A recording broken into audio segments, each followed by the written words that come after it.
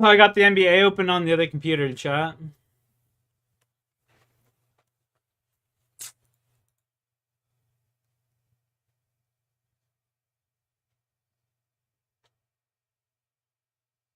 We dated for like 3 weeks and she ghosted me. A love life? What does that mean?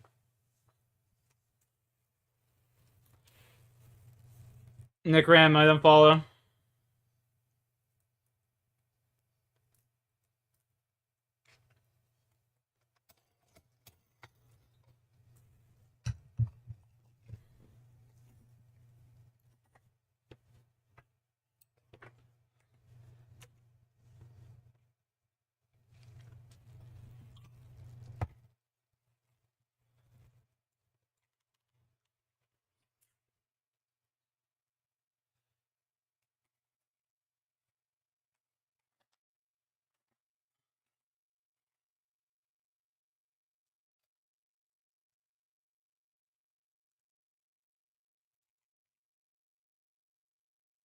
Just vented some bullshit.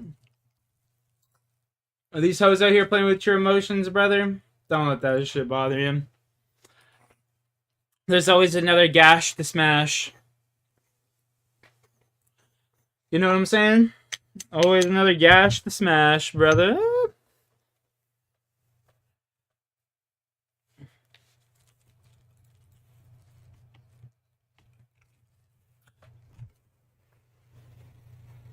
Always another gash to smash. Nya, nya, nya, nya.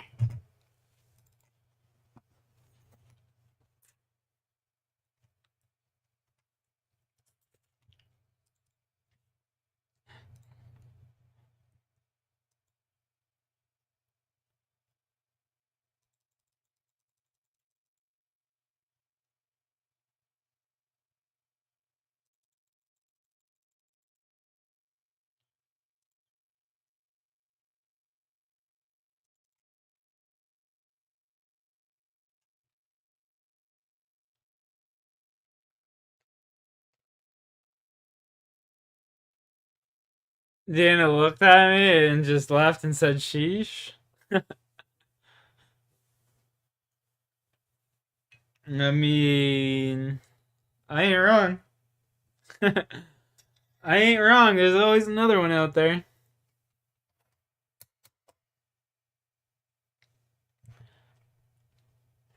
I ain't wrong.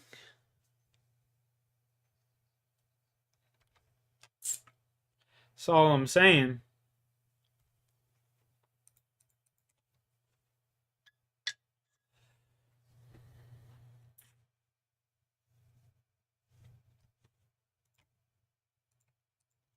Yo, Sean, that you ain't my boy. I love you, bro. That's so funny. That is so funny. Cheers, cheers, boss. Cheers.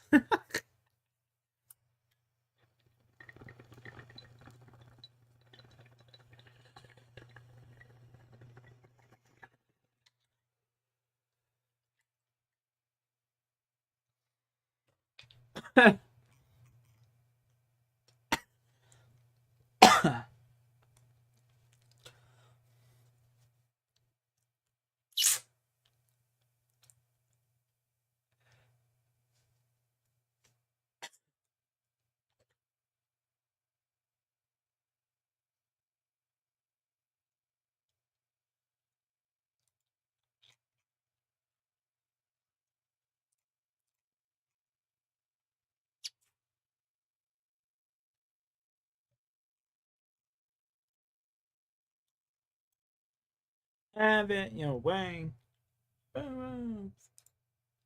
74 fire making.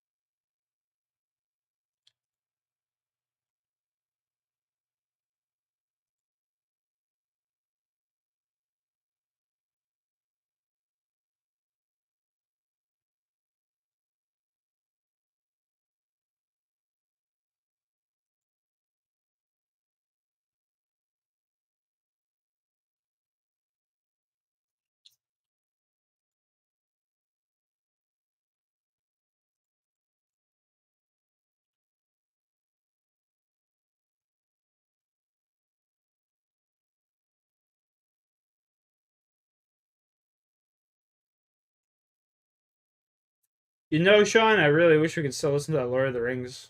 That show was fire. Fire, bro.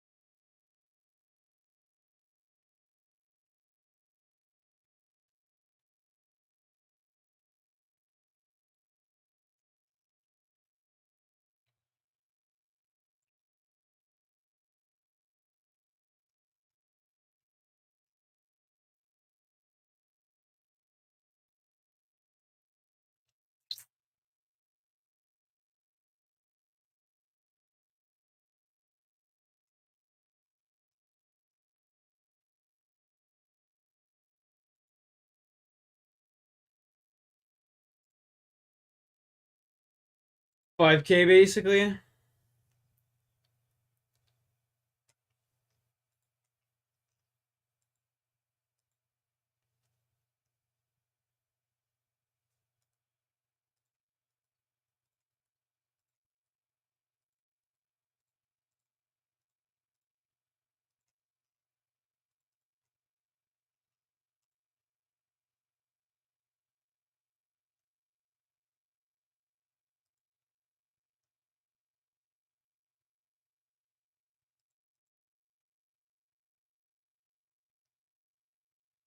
He didn't just miss a three, he missed a three badly.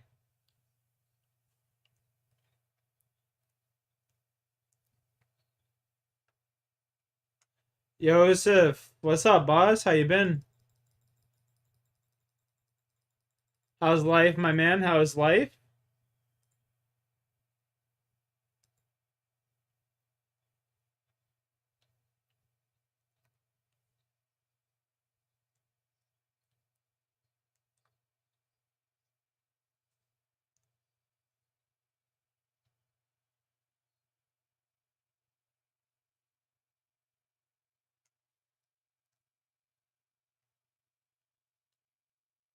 Gonna be a good night? Let's hope, brother.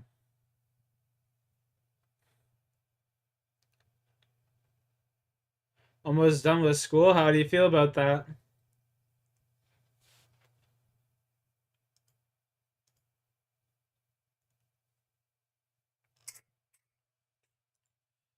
Excited, nervous?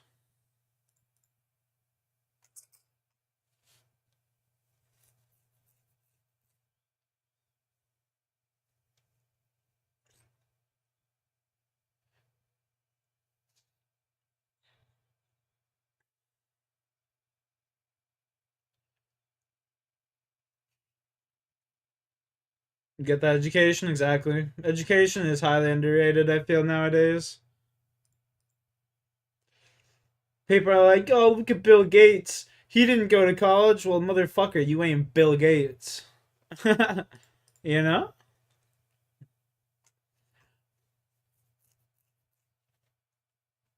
You ain't 16 years old trying to start your own company.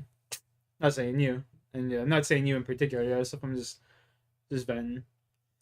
Oh my, I'm just chilling, bro, honestly.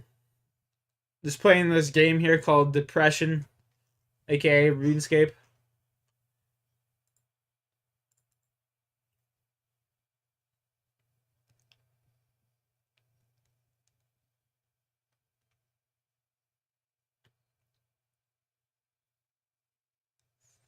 Watching this Warriors Kings game, the Warriors are getting fucking rinsed. Nice name, yes sir. You already know.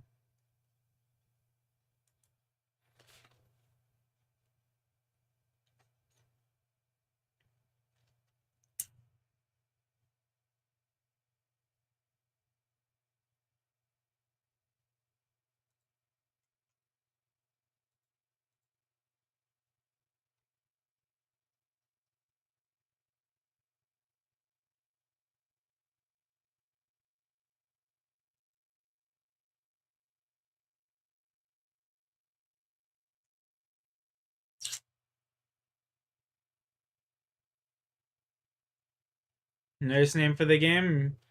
Facts. Really suits it.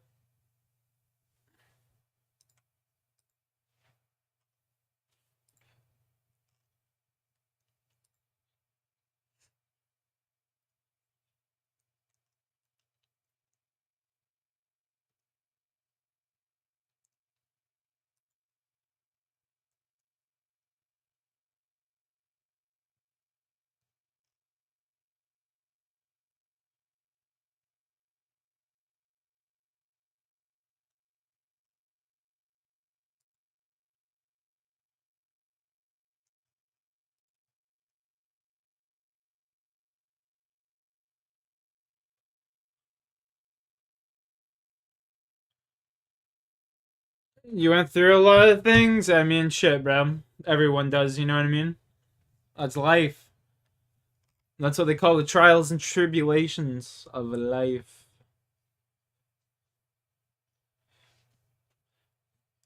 Either subcome or overcome, you know?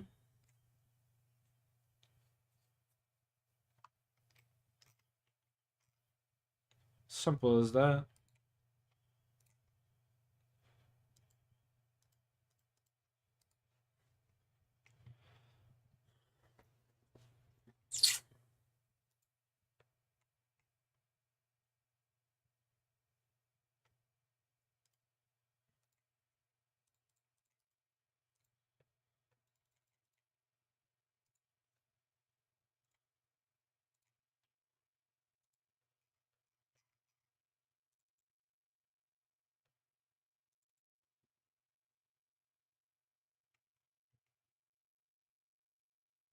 But all good now. Love to hear it, man.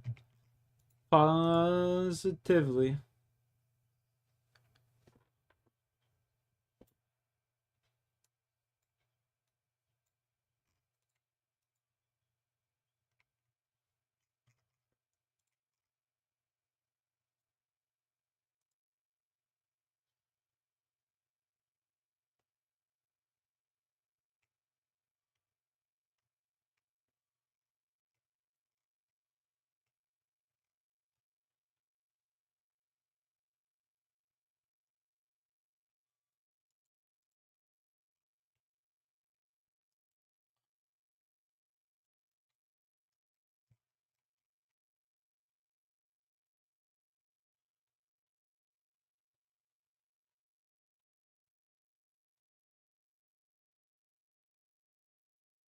No murder vids today. I'm watching the NBA playoffs. Playing tournament, whatever the fuck you want to call this shit.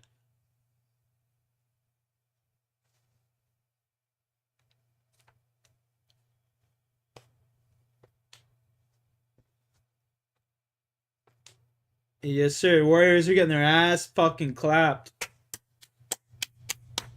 right now.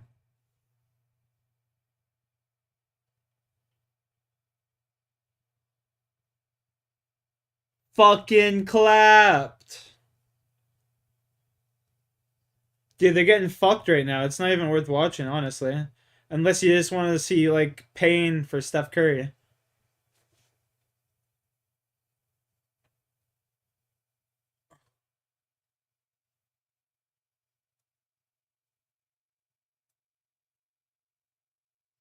Bro, this guy just bounced the ball off the back of Klay Thompson's fucking head. Oh my god. They're getting rinsed.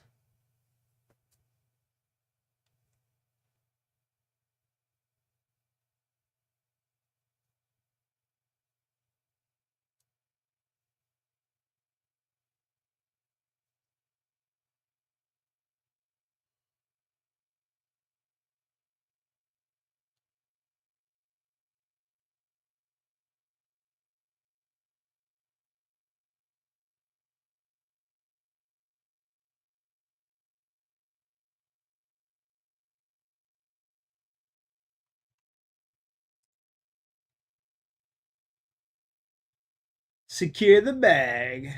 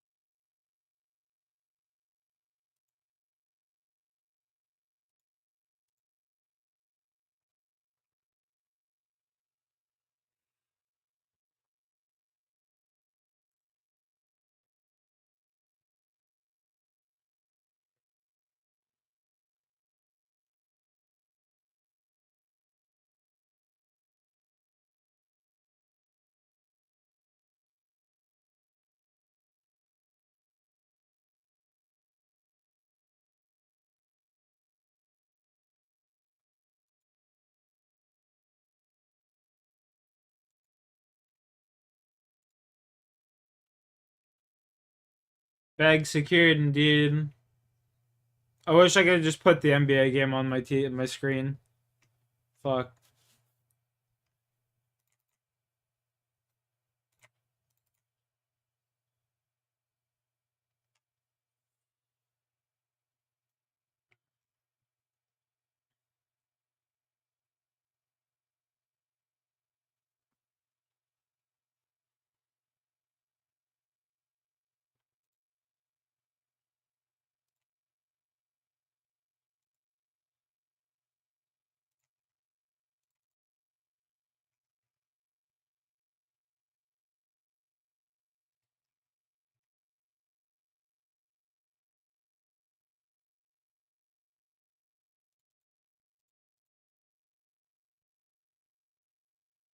Clay Thompson's a little washed, bro.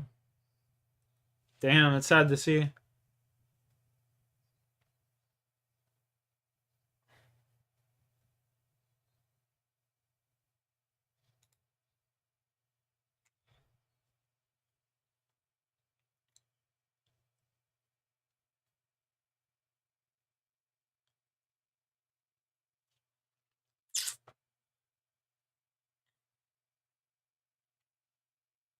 Yo, brrr. What's up? Brrr.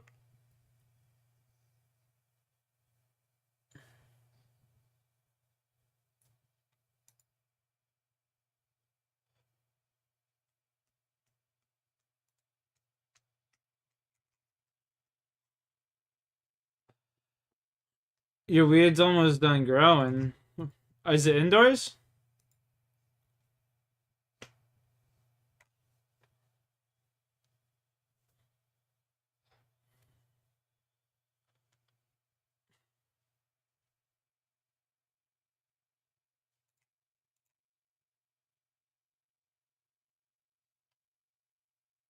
Yeah, Tango. Yo, that's what's up. What's train?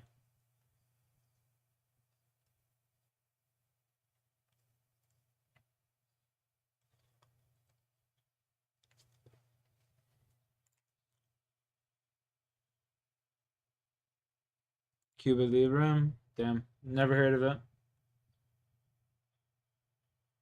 Sounds pretty gas.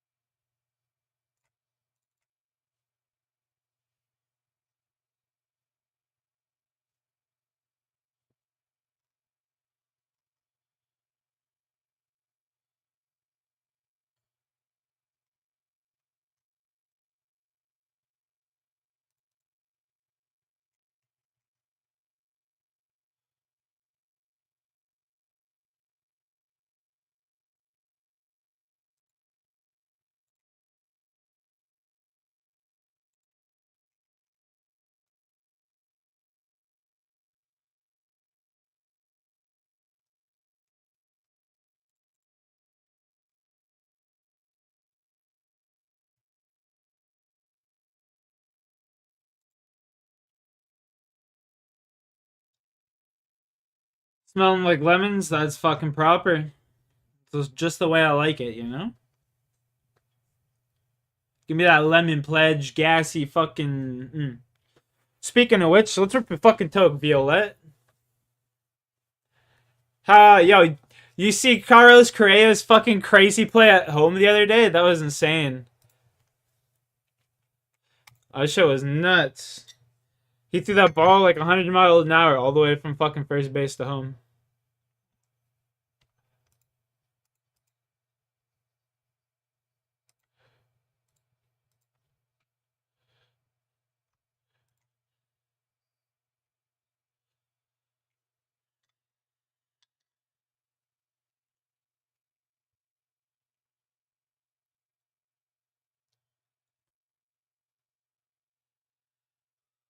The Otanio, I can't remember who the fuck it was. He made a throw to home and it was just pure gas. Otani, what do you think? Yo, Violet, what do you think about that, eh? What do you think about this Otani and his manager? I personally think there's no way in hell this man could have known that he was missing like $60 million betting and money from this guy betting. There's just like no way. You know what I mean? You don't just to see 60 mil go missing. Like what the fuck?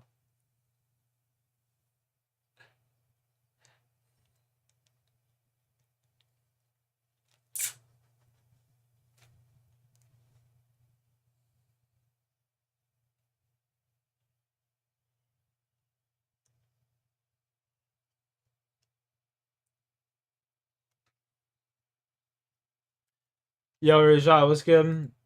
You guess that's how I got caught? Yeah, man. I mean, it's wild. It's wild. MLB's poster boy, you know? MLB's poster boy just getting fucking rinsed.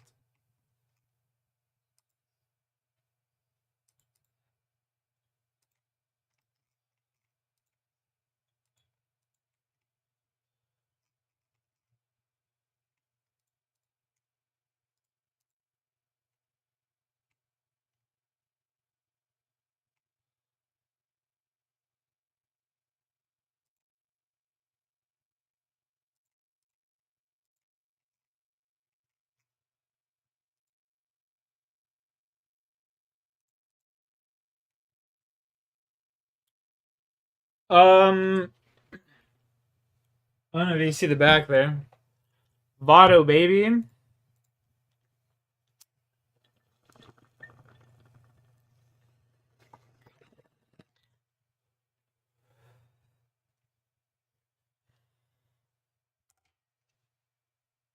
Is Otani stupid? Yo, that's what I'm saying, Violet. Like, there's just no fucking world he doesn't know that he's giving this guy money to bet.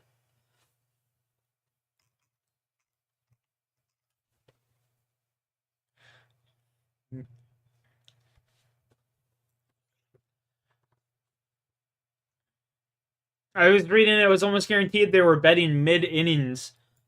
I was just like, that's crazy, bro. Like when he would be pitching and shit, they'd be betting mid inning. I was just like, that's fucking wild. Like caught in his lodo. You know what's crazy? The fucking jerseys this year as well. So bad. The jerseys this year are so bad.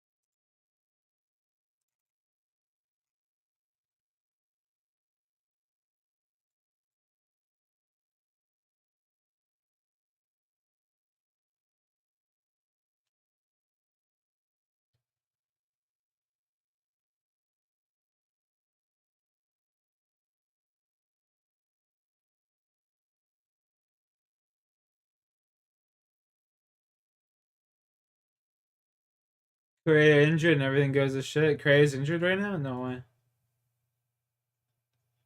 That's Correa's problem, man. I swear to God, he can just never stay on the fucking field. Even when he was in Houston. That was his problem. That's what separated him from being an MVP in Houston. He just was never reliable on the field like Altuve, you know? He's playing like 150 plus games, like you're laughing.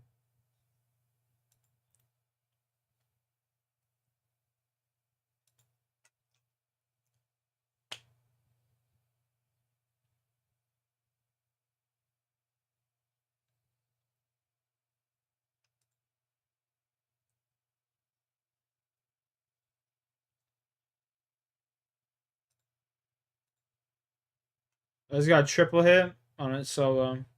I good.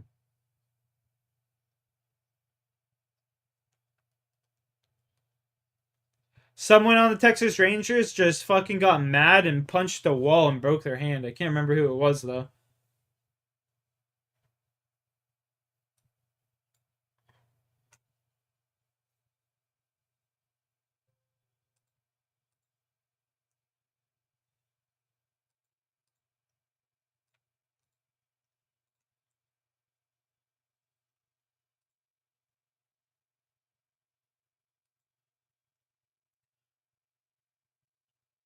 I can't remember who it was. I think it was who was the guy that fucking hurt himself in the playoffs last year? I'm pretty sure it was him. Garcia?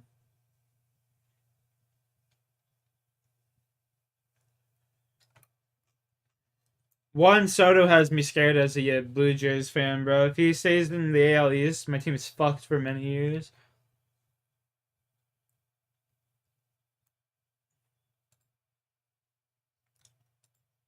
Blue Jays suck, dude. I'm so sad.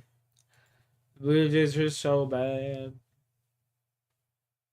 We're like a fucking AAA team with two great players on it.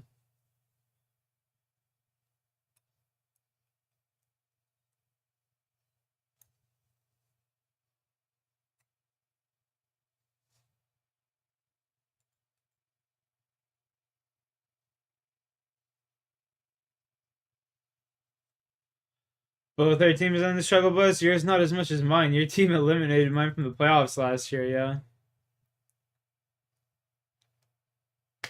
Keep that in mind.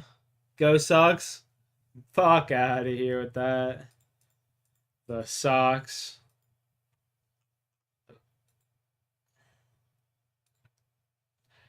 My guy says the Sox.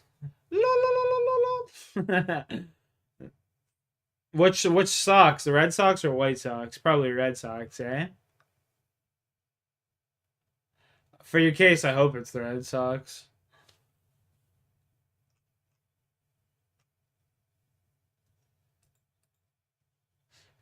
The White Sox had such a good, promising young core, and now they're just so bad. It's crazy. There's so many pitchers that were just amazing. Are just gone.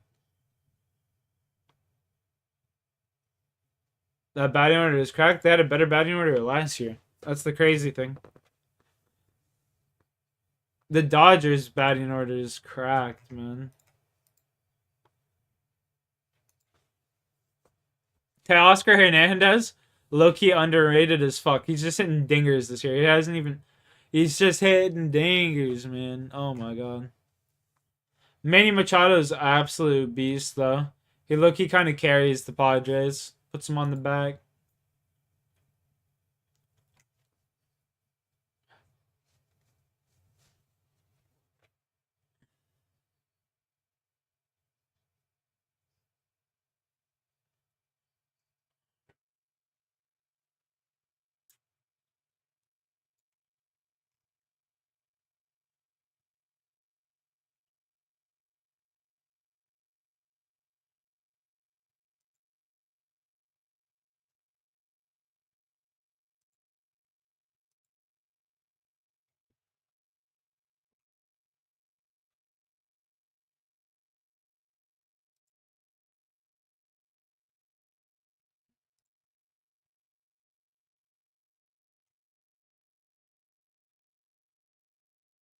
Yanking on these socks.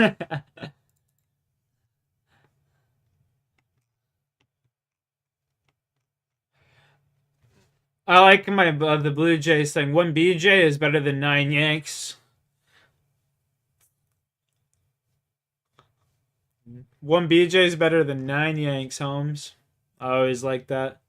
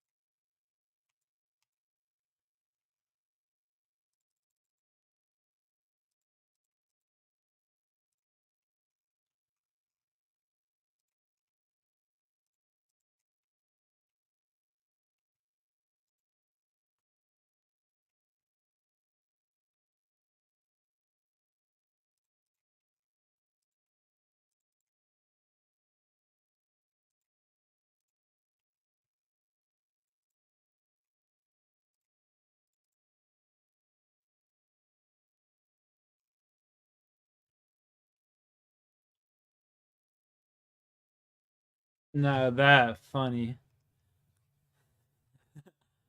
One BJ, aka Blue Jays, better than 9 Yanks.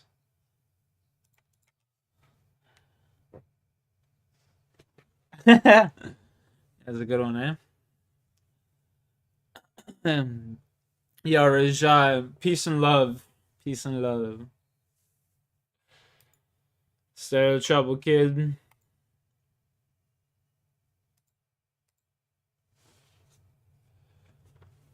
Stay safe out there.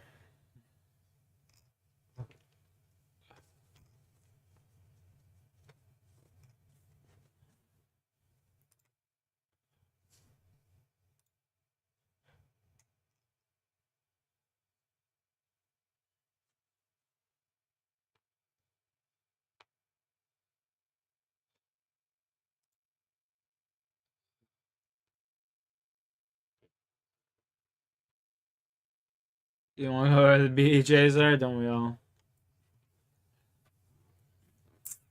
Blue Jays games are expensive, man. You're not going, bro? I'm bandwagoning. Not a boy.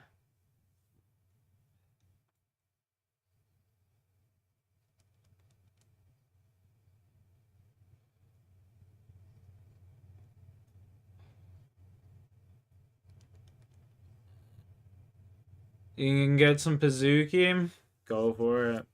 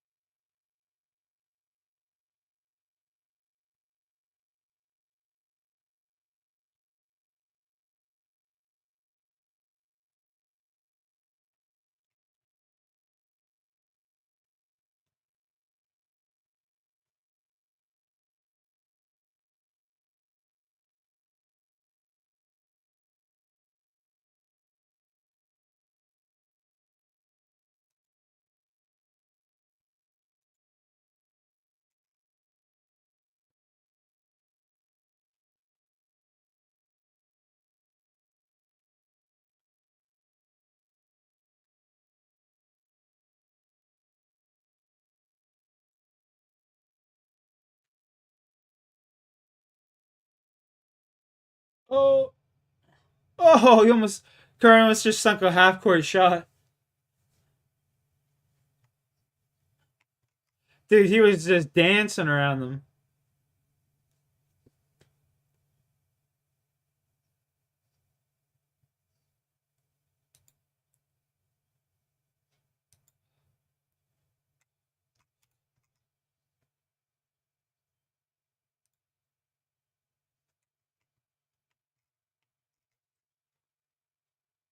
Man, I love these one and done games, man. The baseball wild card game used to be a one and done game. I love that shit.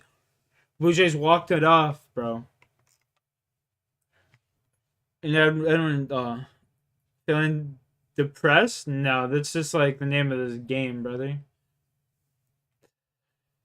Depression and loneliness, aka RuneScape.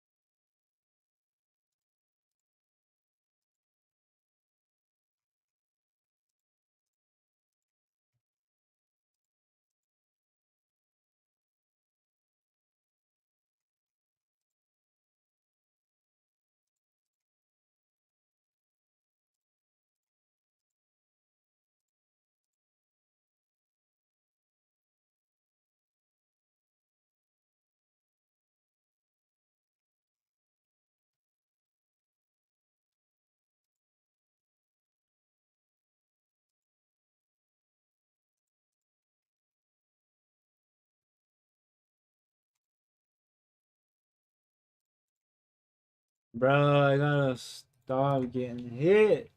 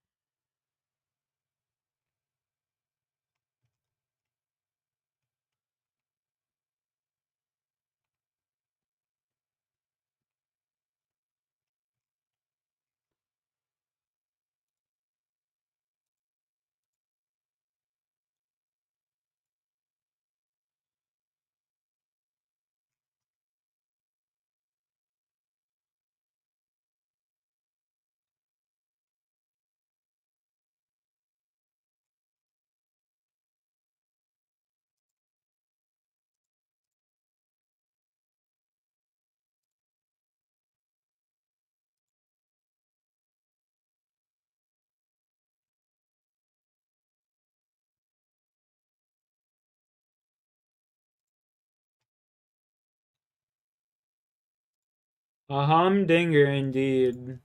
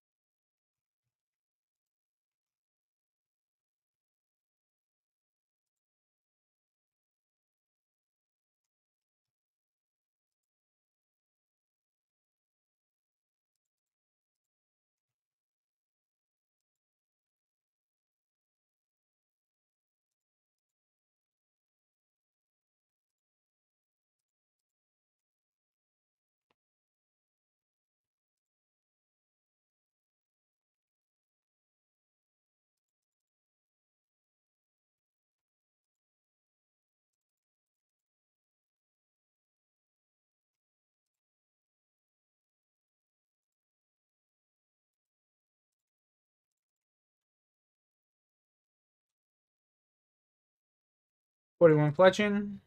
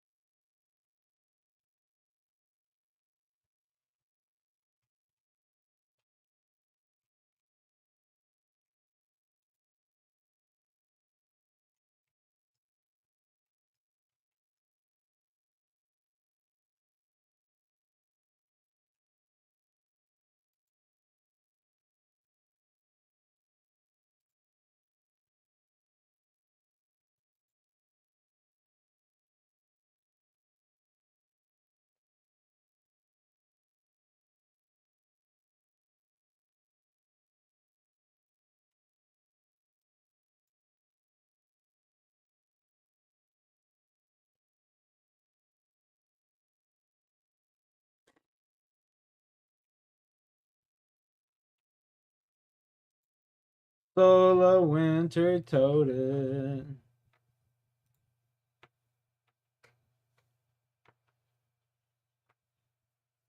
You're drunk? Well, it's always nice. Good shit, bro. Have a drink for me.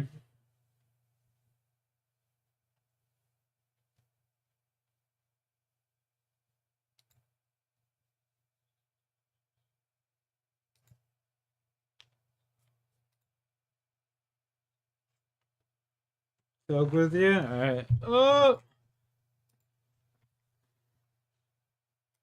Hang on.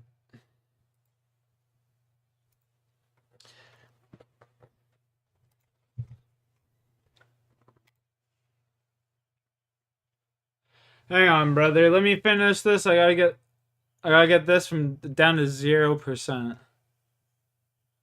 Like hot tamales? Oh, I love all of the above, dude. Dude, I love all of the above. All of the above. All of the above, dude. You gotta wait for me to do this, brother, because I want to die. Oh! Ignorant.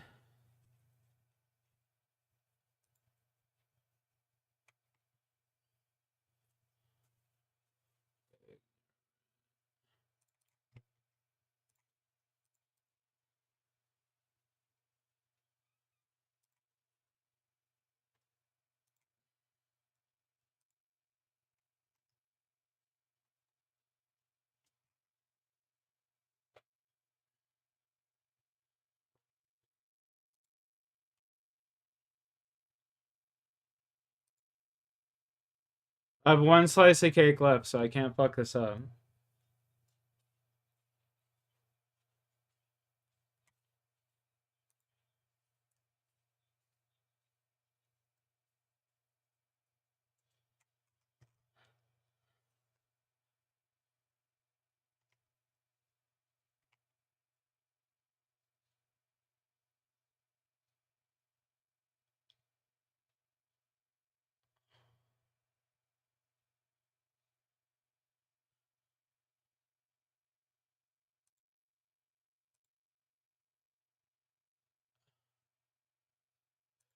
Ugh.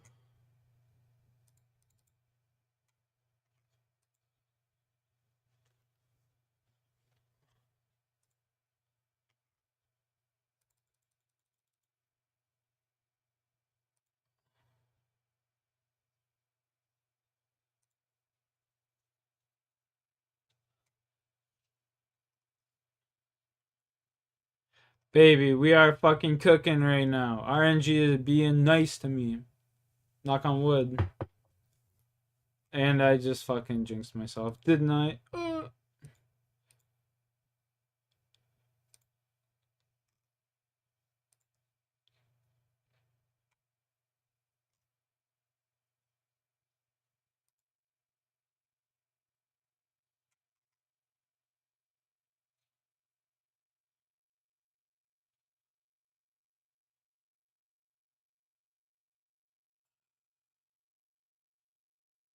We have 5 HP.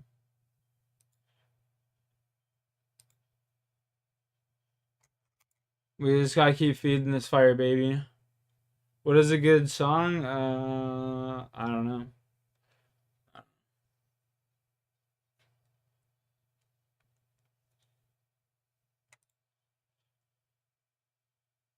I'll show you one after this. Someone came in my stream earlier and he was an artist.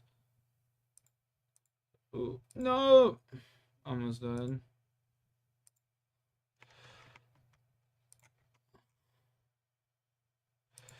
Oh no, this isn't good.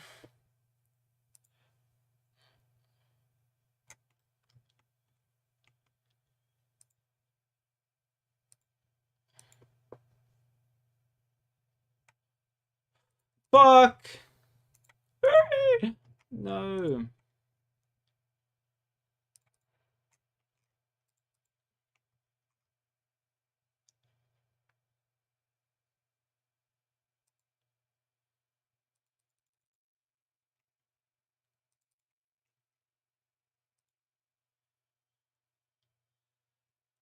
4 HP.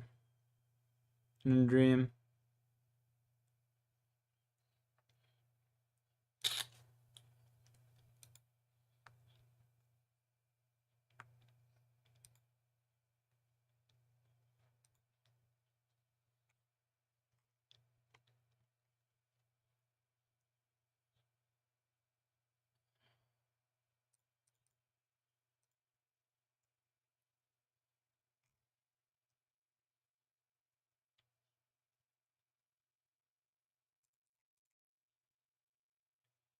Okay, 5 HP. We got a tick of HP. Back down to 4 instantly. 3 HP. 2 HP.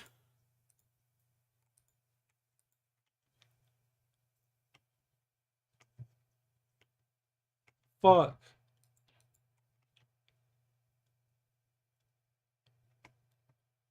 I'm scared, chat.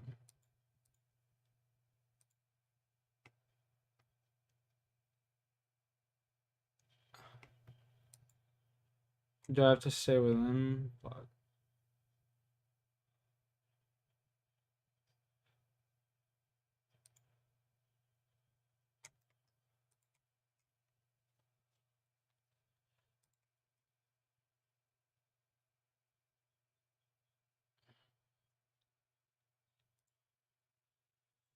Come on, baby. Just be fucking...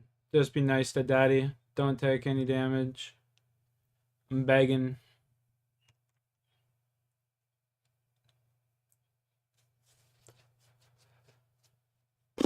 Hi, kid 007. Hi.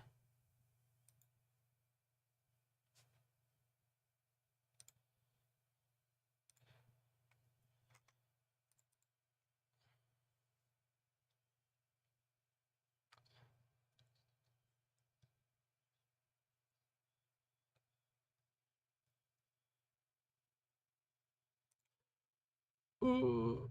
There we go. 28 construction.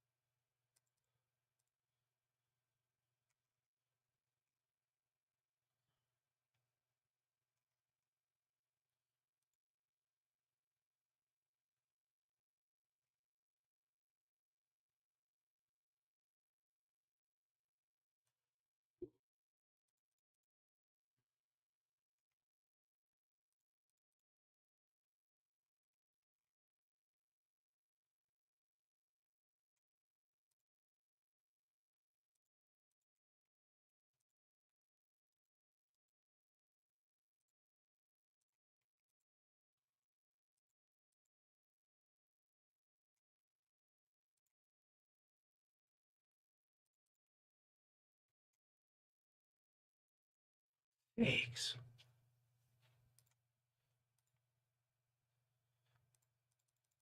I took a lick of damage there.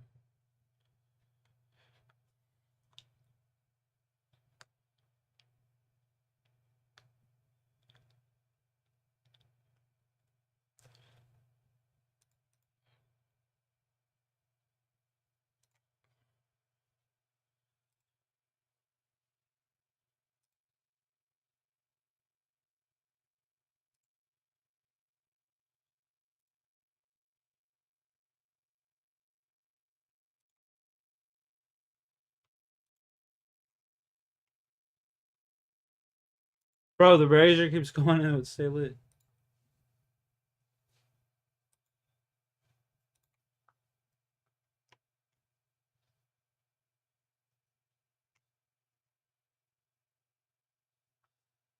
My fucking lord.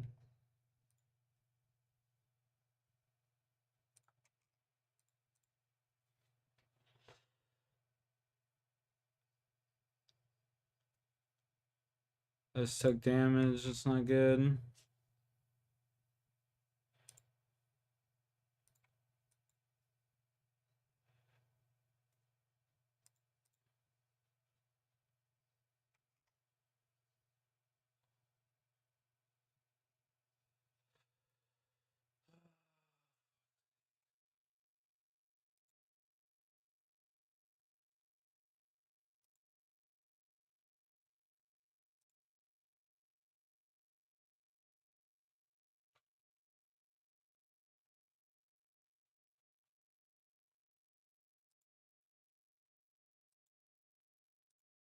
Winter Toad. Yo, Adam. Calm down, Econ. We all feel that way? No, that's the name of the game I'm playing. RuneScape, bro. Just depression and loneliness. RuneScape.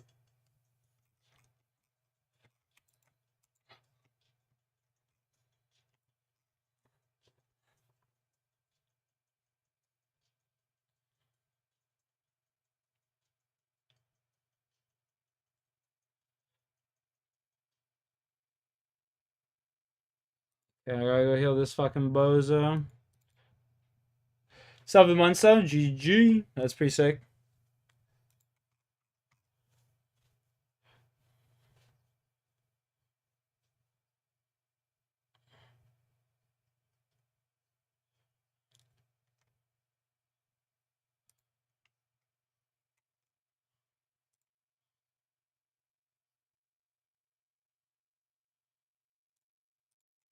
Chat. We're so close. We're so close to killing this fucking thing, man.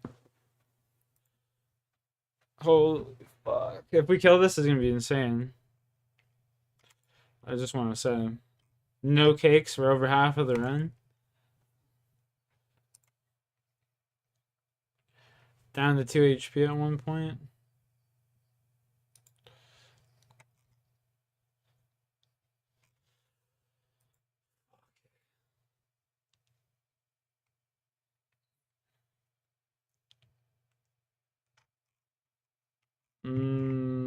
YouTube sucks. Probably my guess.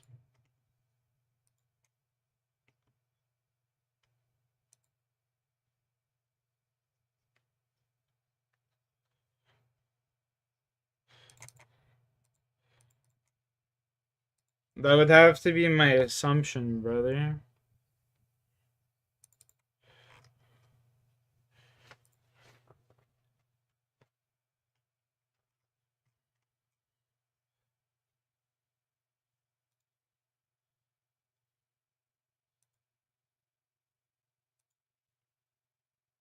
Bro, this is a good game. This warrior is fucking... Oh, what a shot! Keegan Murray, man.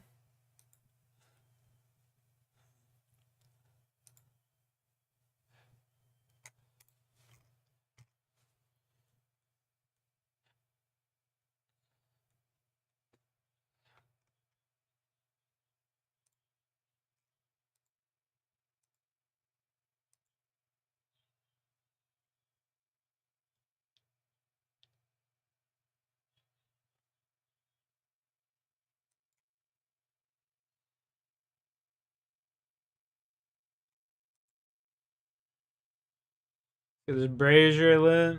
How's the grind? Rep. It's going good. We got pet last night and 3/4 pyromancer on my iron, man. That was pretty huge.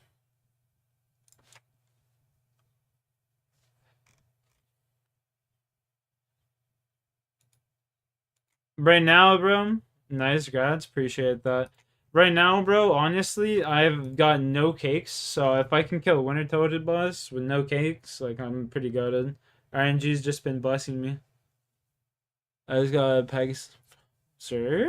Ooh. Yo. Fucking G's, bro. G's.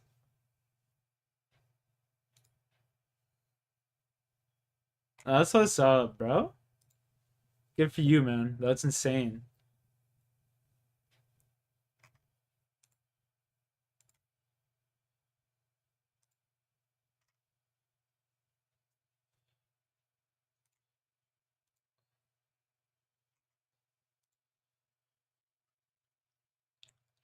I'm almost at 10k points for this winter toaded run.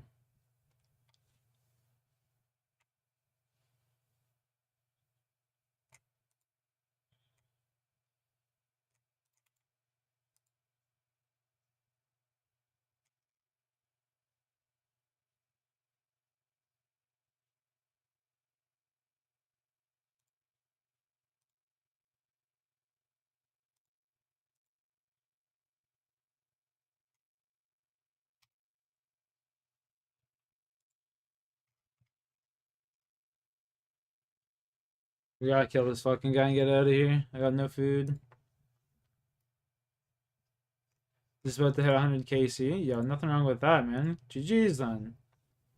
So you got your rare drop rather early. I got my pet on 43 KC. Stupid early.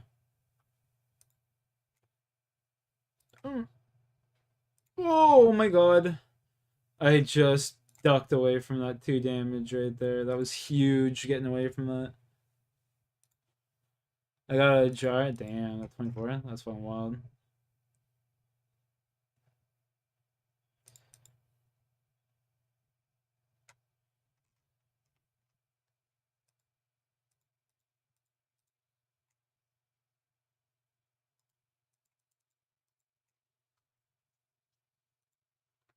We need to run.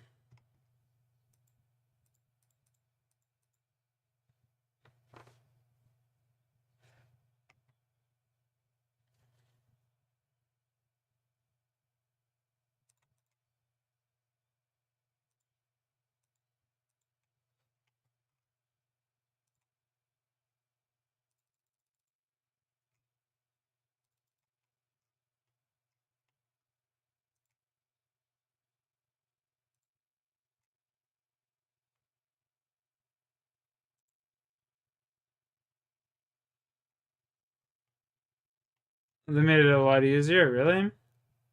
How so?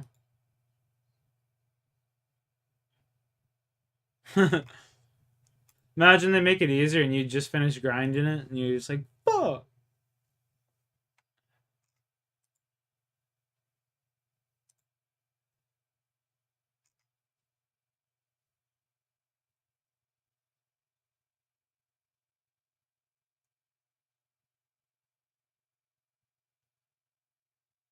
One 3k? Oh, okay, that's not bad. That's actually not that bad. What was it before? 1 in 5? 29 construction. Let's see here. Warriors are down by 7. Damn. Ooh, I'm not paying attention. I just ate that.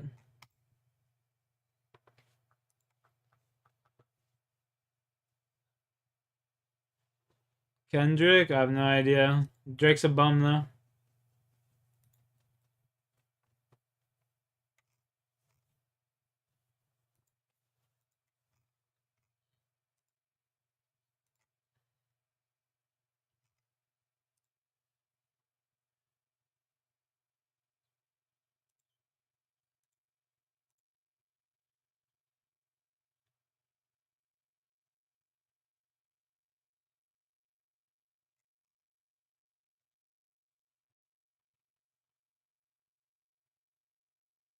I have over 10,000 points. Let's go. It's actually huge. Took a lick of damage right there. That's not good.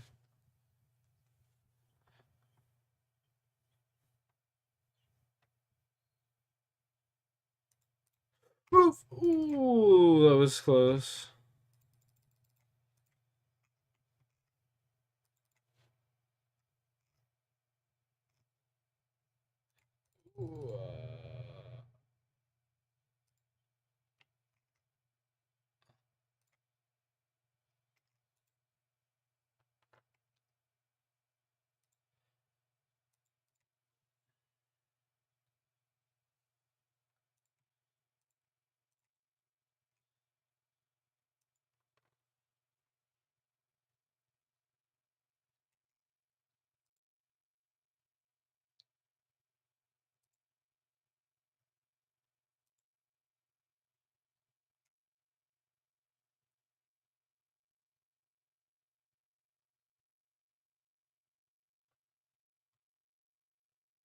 Fuck, man, I just need this shit to stay lit, man. Please just fucking stay lit, brother. Lit!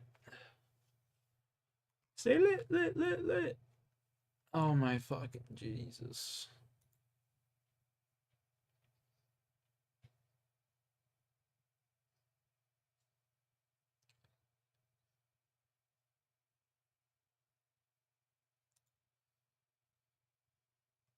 I'm not able to, like, get enough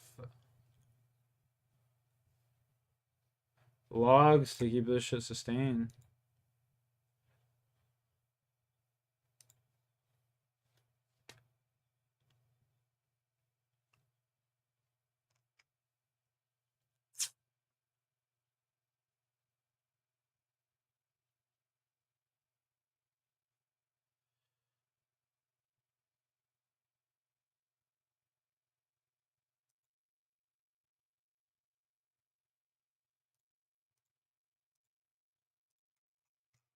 Alright, this should be enough here. Ooh, back up. There we go. This should be good here. Come on.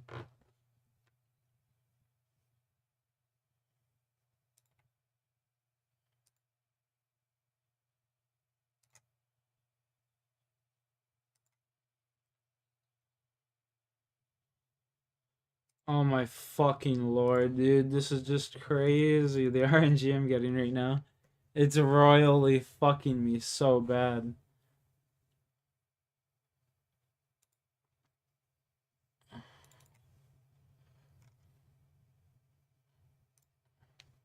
Stay lit.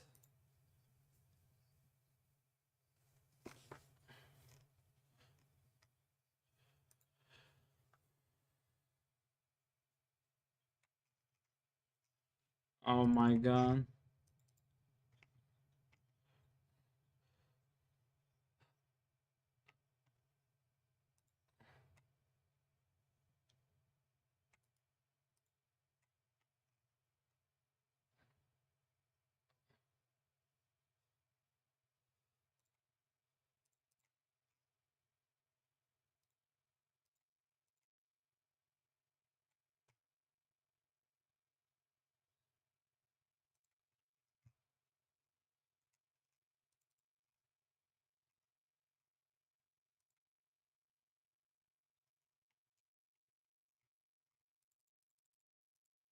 Give me some of these roots over here.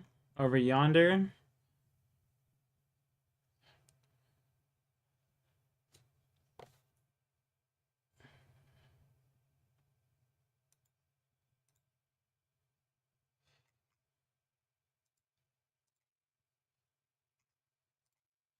Alright, let's fucking finish this beast off.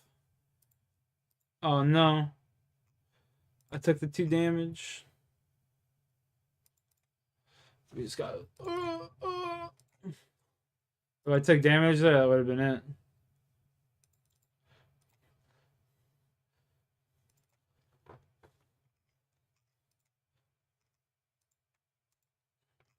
Curry hitting the 3 with the foul. Wow. Oh my goodness.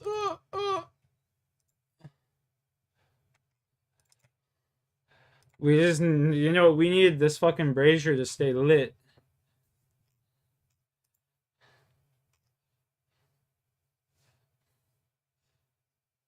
That's what we need.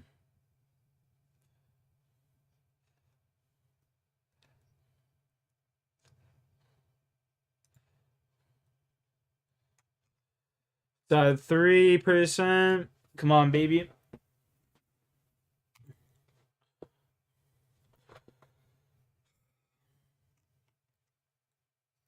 Almost 12,000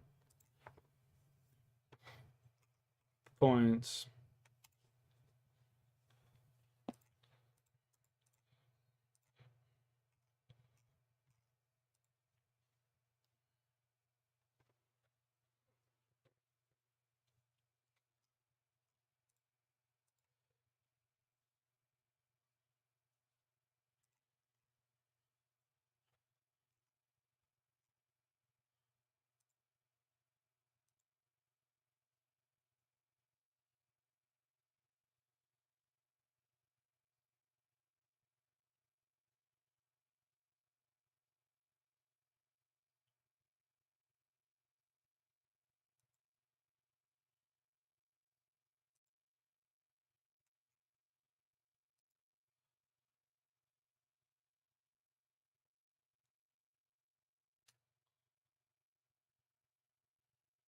Come on.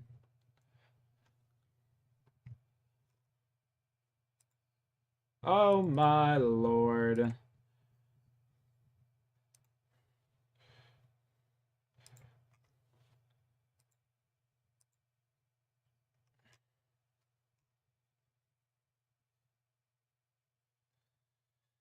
Bro, this is so fucking annoying. I don't think I'm ever doing this shit solo again.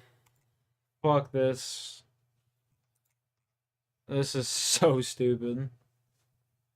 Ooh. Almost died right there. That would have been hilarious.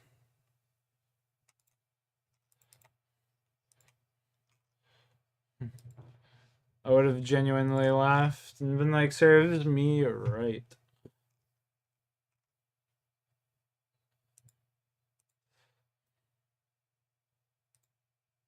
Toke now, bro. I gotta get this guy to 0% or else I'll die.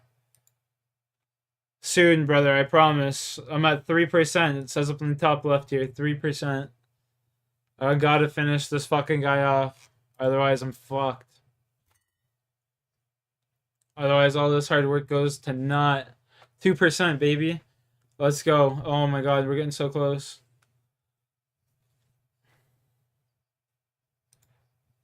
Oh, 1%.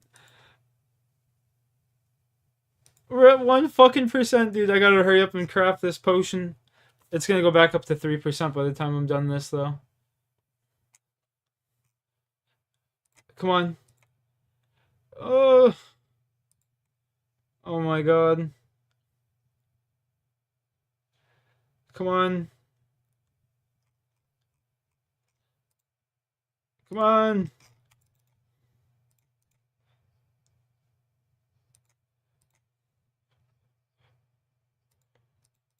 Come on, 3%. We do this.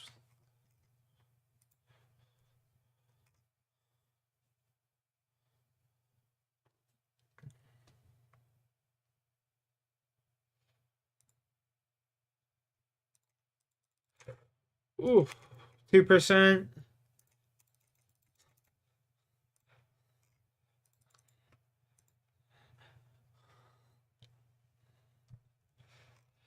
Oh my fucking lord.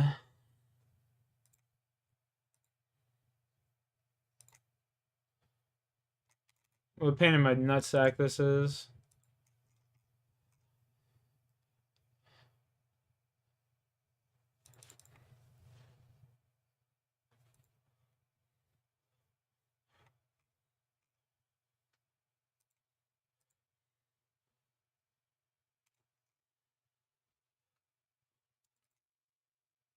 Bro, it's going up! Fucking go. Stop going out, you fucking cunt. Oh my god, this is unbelievable. I just want the fuck out of this spot, bro. Oh my god, you know what? I'm filling up half an inventory of logs. I'll give a fuck, and we're just going back over there. Unfucking real.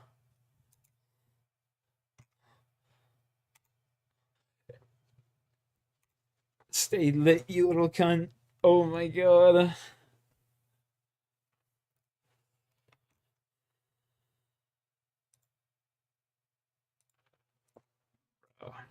2%.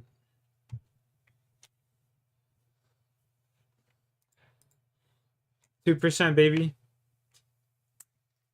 We're getting there.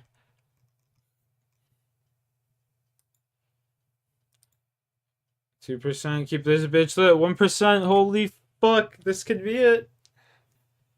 This could be it.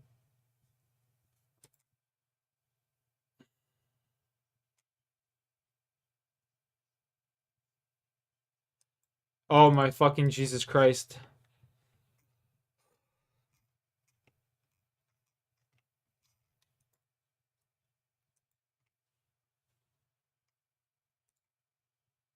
You don't have enough free spaces. You need 26 free spaces to open this crate.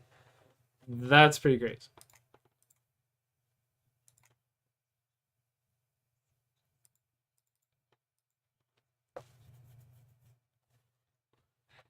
Oh, just wow.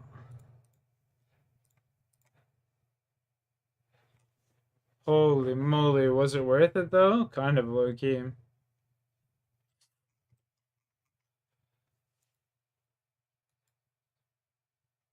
12,000 points right there.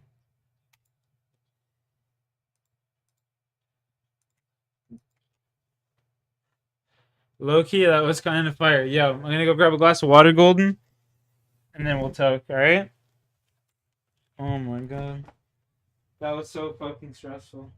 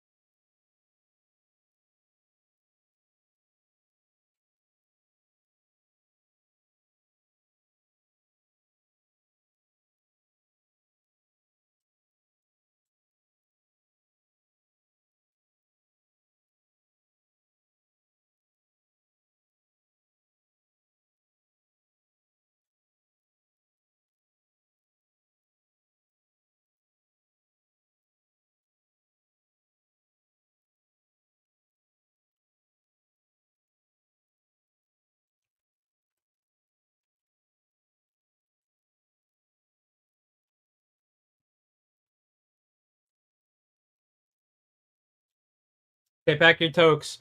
Let me know when you're good. Count it down for me, bud.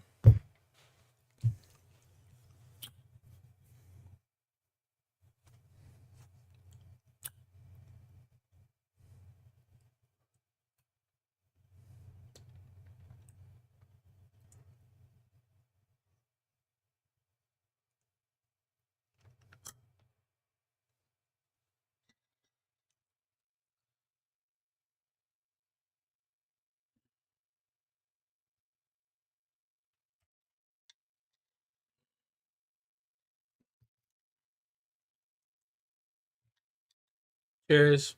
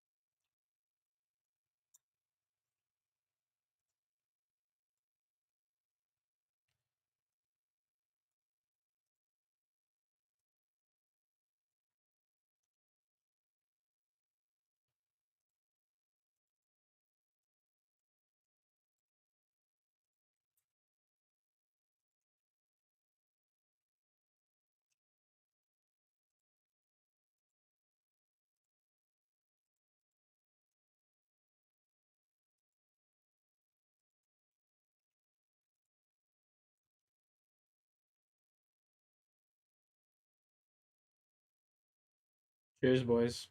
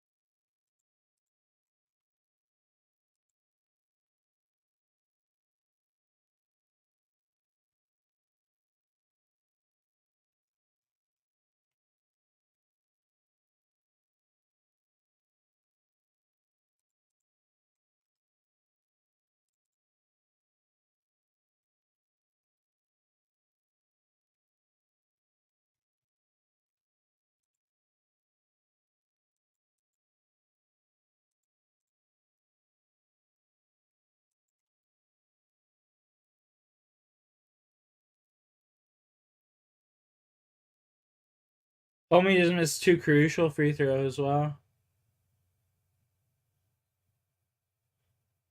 The Warriors are getting rinsed right now. 91-76.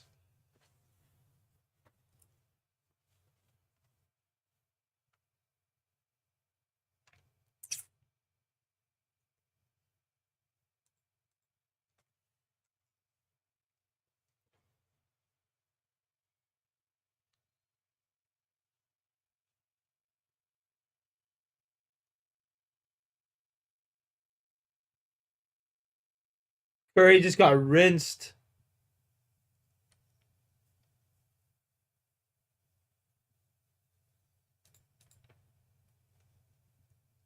I got the power.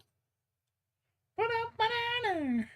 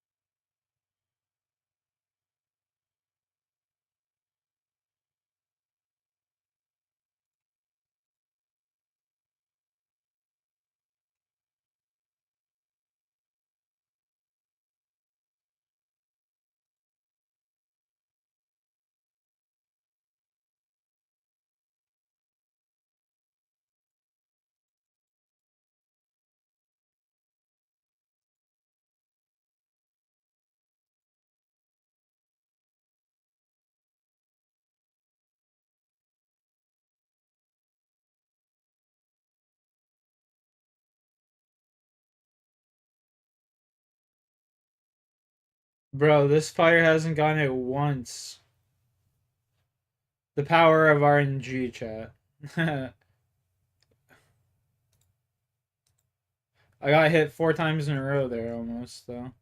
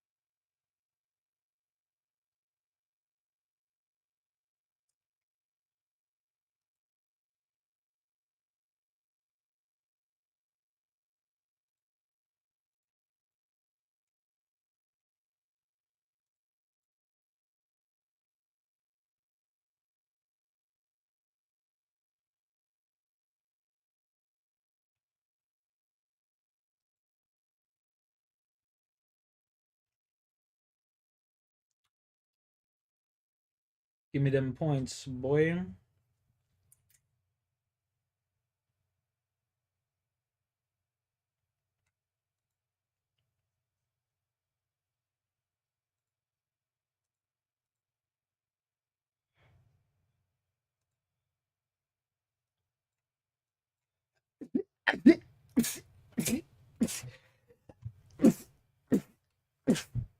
Oh my god.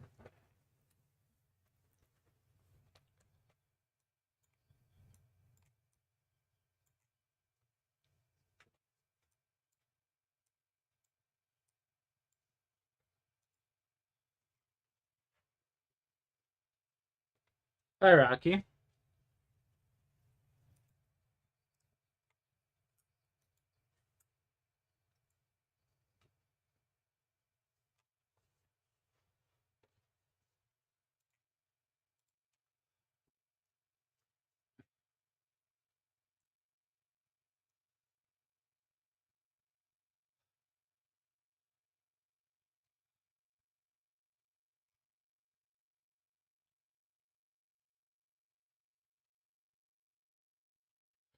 Warriors down 13 going into the fourth quarter.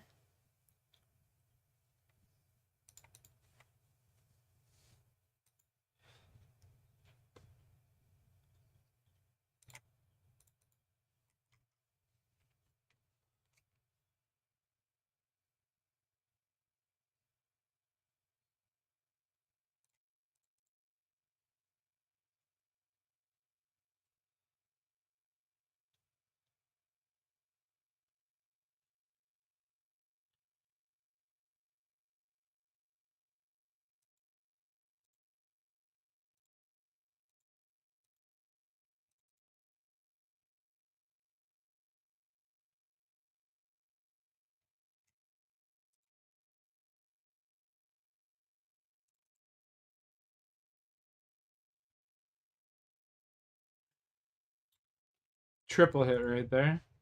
Quadruple hit.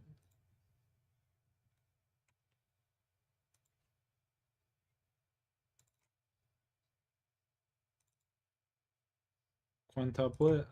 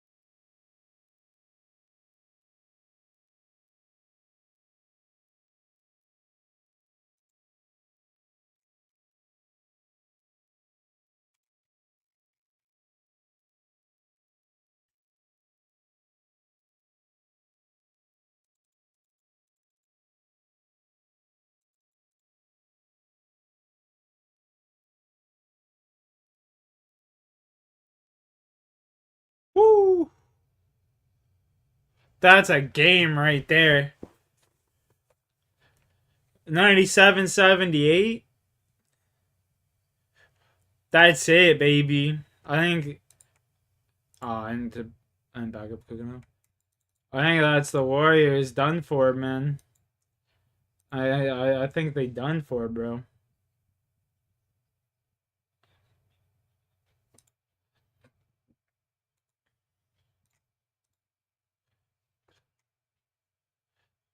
Damn.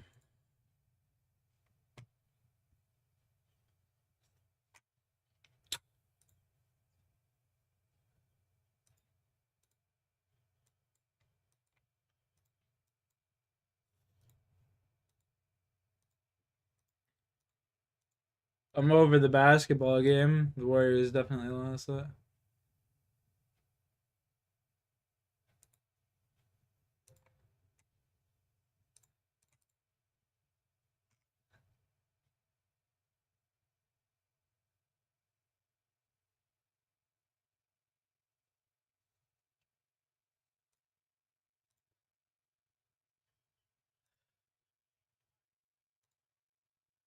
You're not supposed to report a missing person before 24 hours, but my fiance is missing. I can't find her anywhere. Okay, where did you see her last? I saw her at like 12 o'clock last night.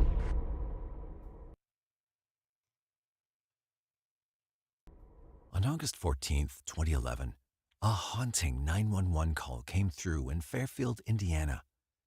John Carter, age 23, reported his fiancée was missing from their townhome.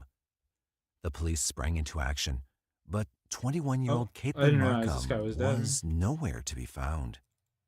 Months passed, and just when it seemed all hope was lost, a chilling discovery linked to Caitlin's disappearance emerged. As the shockwaves rippled through the community, an anonymous benefactor stepped forward with a significant donation. What clues did they uncover? And what twists does this case hold? Fairfield, Indiana is an intriguing area with several notable features. One interesting aspect is its rich agricultural heritage. Known as the seed corn capital of the world, Fairfield has a long-standing tradition of seed production.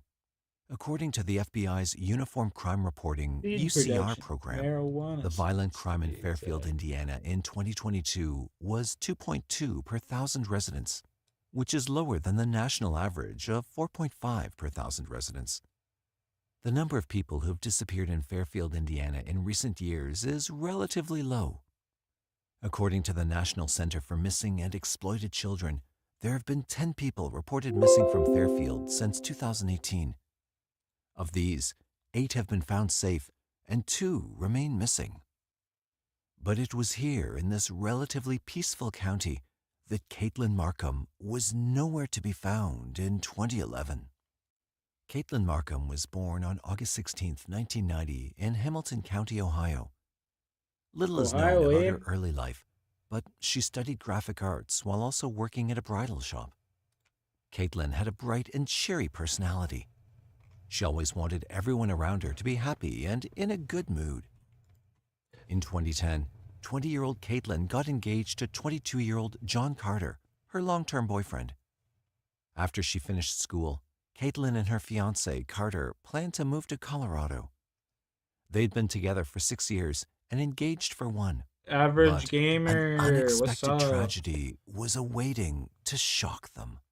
3 days prior to Caitlin Markham's 21st birthday, on August 13th, 2011, was the last time she was seen. Her fiancé, Carter, said he saw her around midnight Chillin', on the 13th, but then couldn't get in touch with her all the next day. Gripped by panic, kind of doing the Carter same. also reached out to Caitlin's father, David Markham, and told him that Caitlin was missing. He looks like the guy. This guy looks like. He looks like the guy from Pawn Stars. Screamed into the phone. Caitlin's missing. On the evening of August 14th, 2011, maybe it's just because the 911 emergency helpline received a call from Carter. Careful 911, where's your emergency? Hi, my name is John Carter. I know that you're not supposed to report Well, a but person alright, after at least it's before not me that 24 sees hours, it. but my fiance is missing. I can't. At least it's find not her just anywhere. me that sees Okay, it. where did you see her last? I saw her at like 12 o'clock last night. Car is still there. Her Where purse at? is still. Okay, and you're out there now? I'm heading out there now. I like have been Well, I can tell you right now, this guy did it. trying to get a hold of her, and I decided to go by her house to see if she was okay. And her It's car kinda was still there, which sounding is a why little I'm sus. like really freaking out. Okay, and you guys didn't have an argument or anything? Not at all. And Not the at Sacred all. Heart Festival is going on right up the street, and Hmm, there's a interesting. lot of questionable people there. It had been 18 hours since John Carter claimed to have last seen his fiancée, Caitlin Markham. When Oh, David no. heard the news, consumed by worry, he I'll be right hurried back. to I'm his just gonna go daughter's close place. my door. There, he was met by Fairfield Police Department's Detective Rebecca Irvin, who had arrived swiftly in response to the distressing situation. Upon entering Caitlin's condo, Irvin began love her ya. thorough investigation, Oh, I meticulously love examining every you. corner. Yet nothing stood out as a clear indicator of what had transpired. There were no signs of forced entry, and no traces of a struggle within Caitlin's bedroom. There's no signs of forced entry into the townhome. We check the doors, check the windows, check everywhere. There's nothing that's jumping out. There's no signs of a struggle. As the investigators from the Fairfield Police Department delved deeper, they made a discovery. Caitlin's purse and car keys were found abandoned in the middle of her bed. The bedroom also harbored Caitlin's loyal companion, Murphy, her dog who had been locked in the room. It struck them as odd, since they were told that Caitlin had never locked up her beloved pet before this. Her purse and car keys were placed in the center of the bed, a detail that Detective Irvin couldn't ignore. The dog had been locked in her bedroom, which she's not usually locked in the bedroom, and he had gone to the bathroom in there. Her purse and her keys were smack dab in the middle of her bed. If I'm going to bed, I don't put something right in the middle of it. Nothing seemed to make any sense at all. You're just so precious. It struck her as peculiar, since Yeah. one doesn't typically arrange You're just so belongings like that precious. before settling in for the night. The Fairfield police thought that something was amiss. Testimonies from friends and family further emphasized the oddness of the situation, as it was entirely out of character for Caitlin to go out without notice. With just 3 weeks remaining until her graduation from art school, her engagement to Carter, and their imminent move to Colorado, she appeared genuinely content and brimming with excitement for the future. This was not for her not to call anybody, for her not to do anything. Doors I locked felt for the something was night, wrong. bud. You're staying in So, here. nobody could understand why Caitlin would run away from home. In the midst of this, the suspense surrounding Caitlin's mysterious disappearance grew. 20 heartbreaking months passed without a clue. But then, finally, there was a break in the case. On Wow, April I'm 7, 3 HP. 2013, a Imagine. husband and wife were Imagine scavenging dying for can be metal to me. recycle along Big Cedar Road in Franklin County, Indiana. As they searched, they stumbled upon a startling discovery. Just, digging through this little area here, picking up some metal, and here, found a jawbone right on the other side of that little tree right there, right between them two little trees.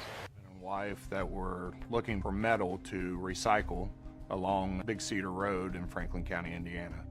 While they were searching for the metals, they located some human bones, and I was called to investigate the remains.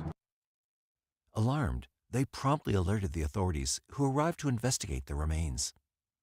The site where the bones were found was in Indiana, nearly 25 miles away from Caitlin's townhome, tucked amidst discarded trash in a not-so-known dumping area. Crime scene investigators cleared away debris, uncovering multiple bones, including a skull and jawbone. Their attention was drawn to a protruding tooth that caught their eye, an easily recognizable feature. Reacting swiftly, one of the county sheriff's deputies reached for his phone, searching for any missing persons.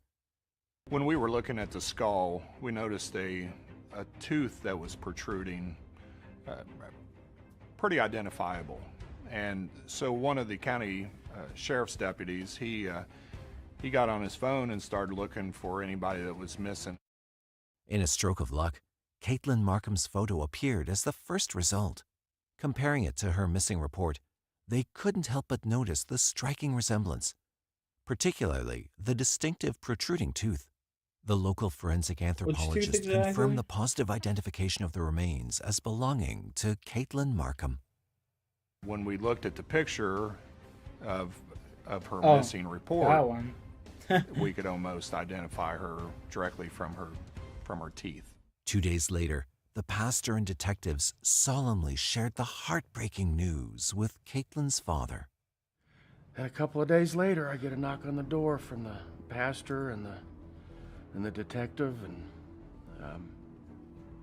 and they were there to tell me.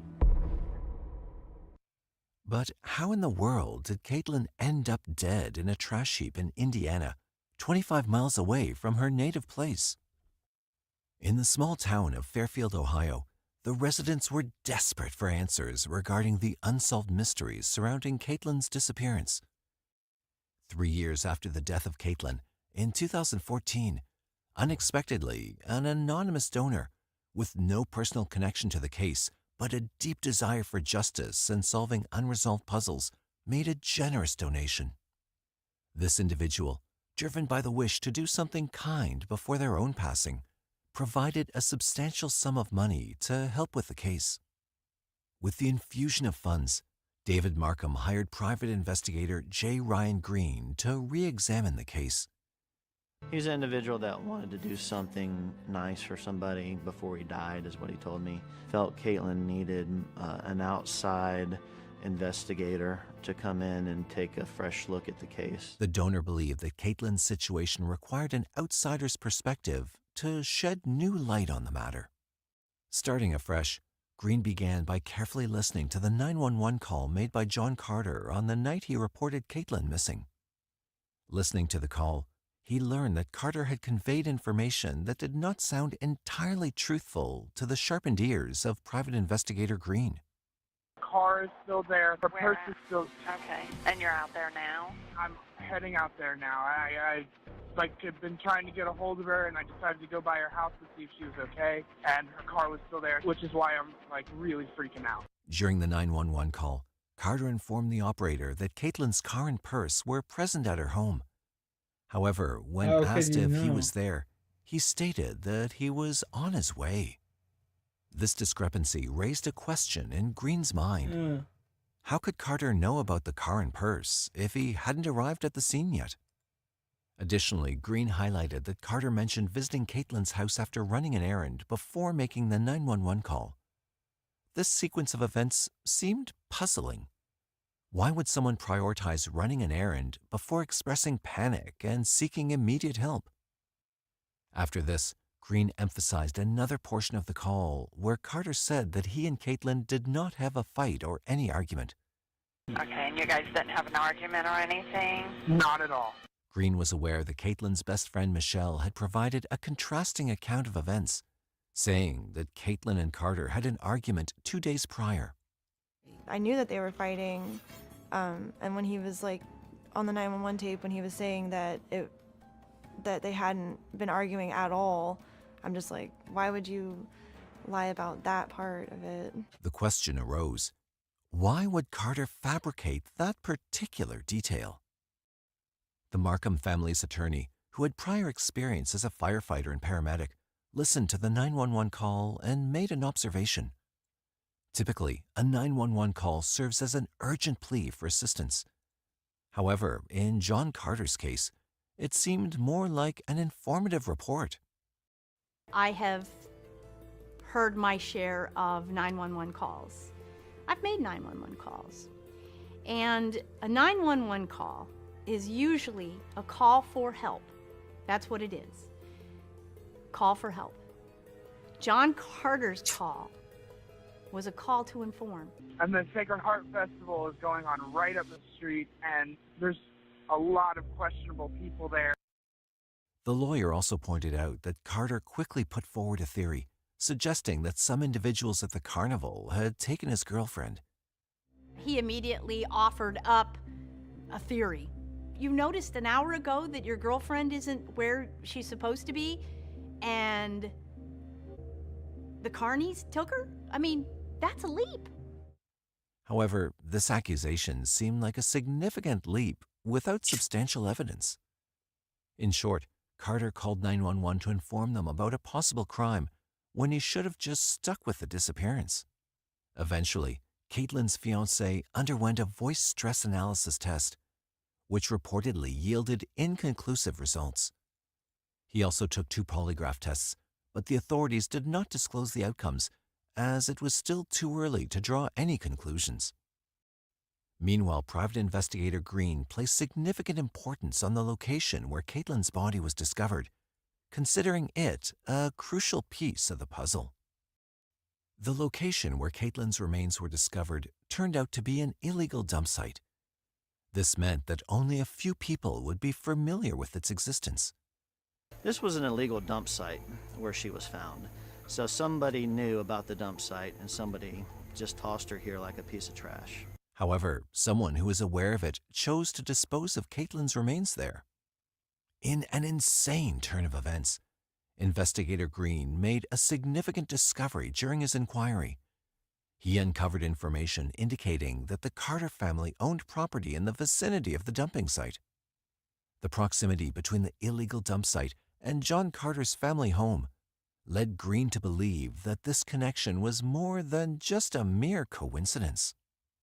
It troubles me a lot to know that, the Carter family has property in this area.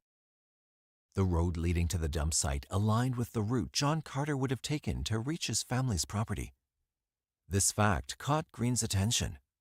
This road is in close proximity to where John Carter would have traveled to go to his family's property. Furthermore, police investigators held the belief that Caitlin met her demise in Ohio and her body was subsequently dumped in Indiana.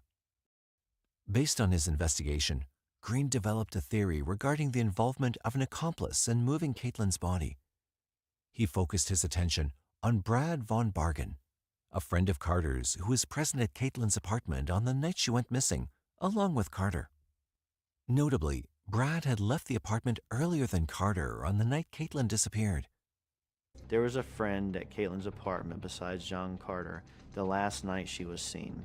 Because that private friend investigator left for a this little to earlier actually than be John like a did. solid case. Huh? Additionally, Green discovered that Brad had sold his cherished car, which he referred to as his baby, shortly after Caitlin's remains were found in 2013. When questioned about the rushed sale, Brad claimed it was due to his urgent need to travel to North Carolina.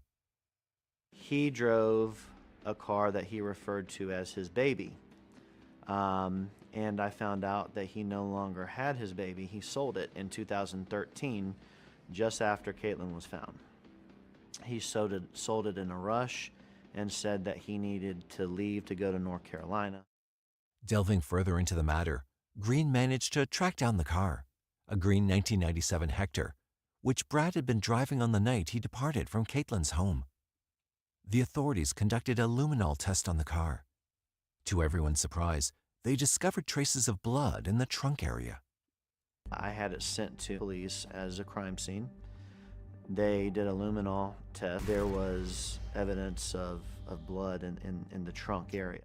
This significant finding implicated the man, Brad Von Bargen, whom Green believed was the second-to-last person to have seen Caitlin Markham alive. Unfortunately, this potential breakthrough in the case came too late. The car had been cleaned using shampoos and detergents, which can compromise DNA and blood evidence, as Green pointed out.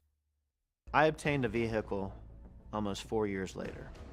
You have extreme cold in Cincinnati, and you have hot weather with the cleaning of the vehicle, shampooing, that messes with DNA. That messes with blood. And so, even after finding blood, the authorities couldn't determine whose blood it was.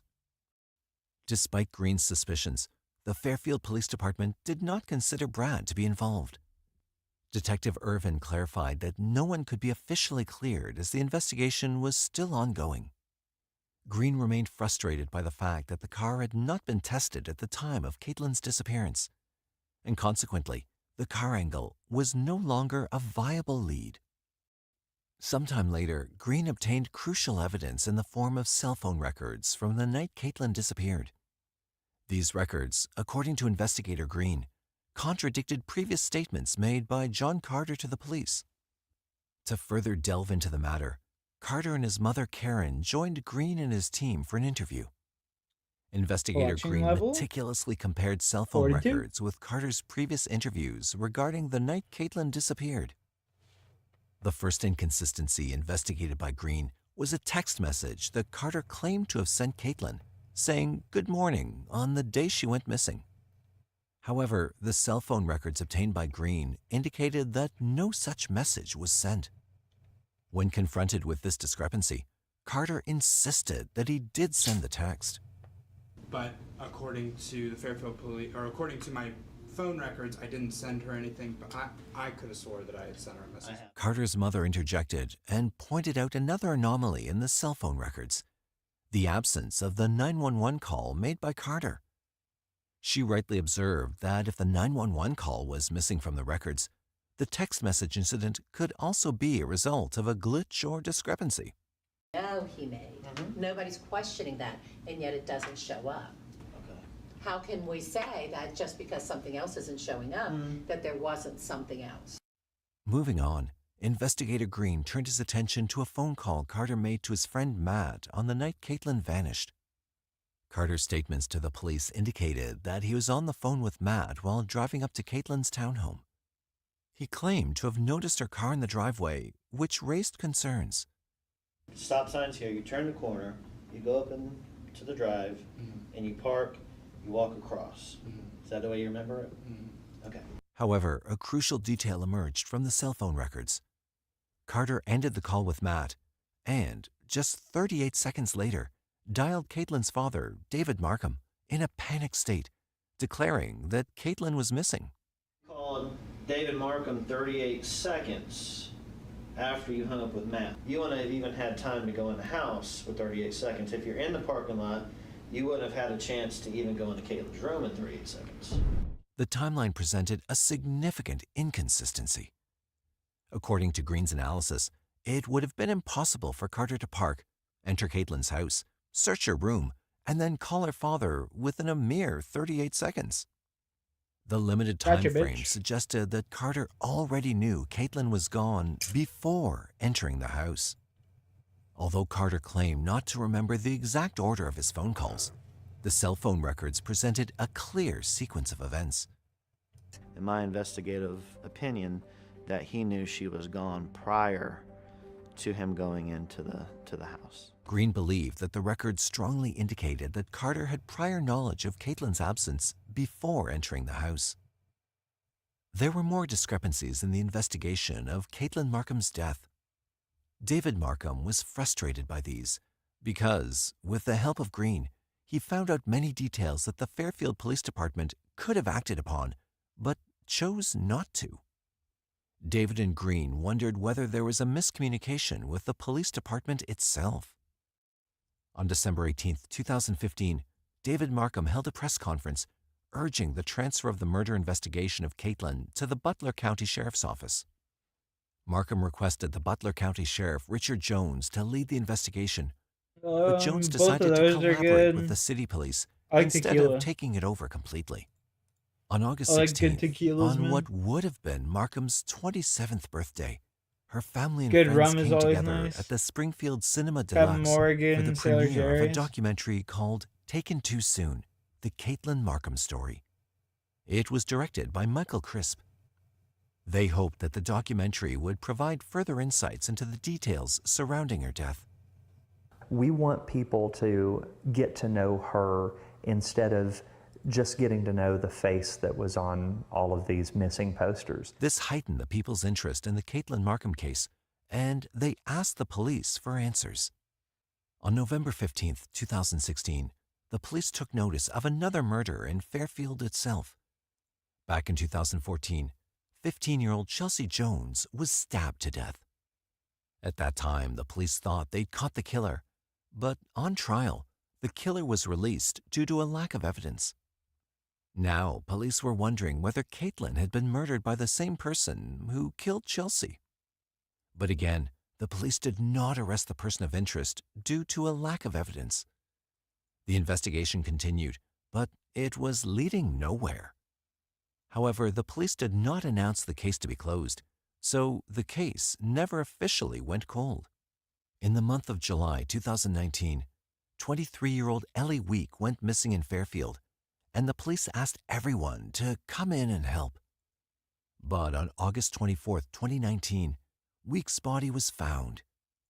It was similar to what had happened in Caitlin's case. The police arrested a suspect known to be Michael Strauss.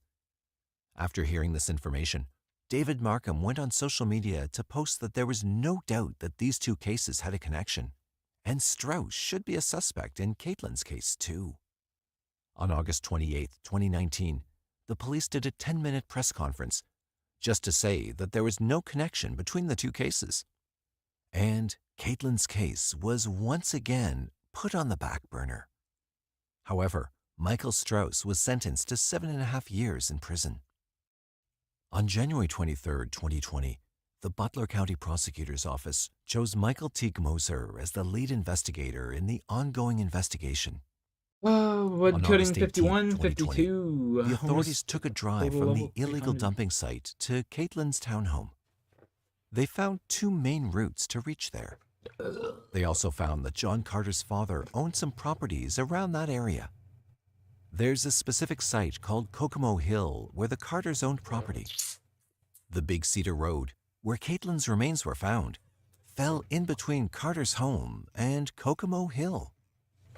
Carter had previously revealed that Caitlin sometimes went to parties at Kokomo Hill, where she used to hang out with Carter and his friends, specifically a friend named Jonathan Palmerton. Surprisingly, it was on August 18th itself that the authorities also found black-colored plastic sheets and landscaping materials at John Carter's residence. It seemed similar to the material in which Caitlin's remains were wrapped in.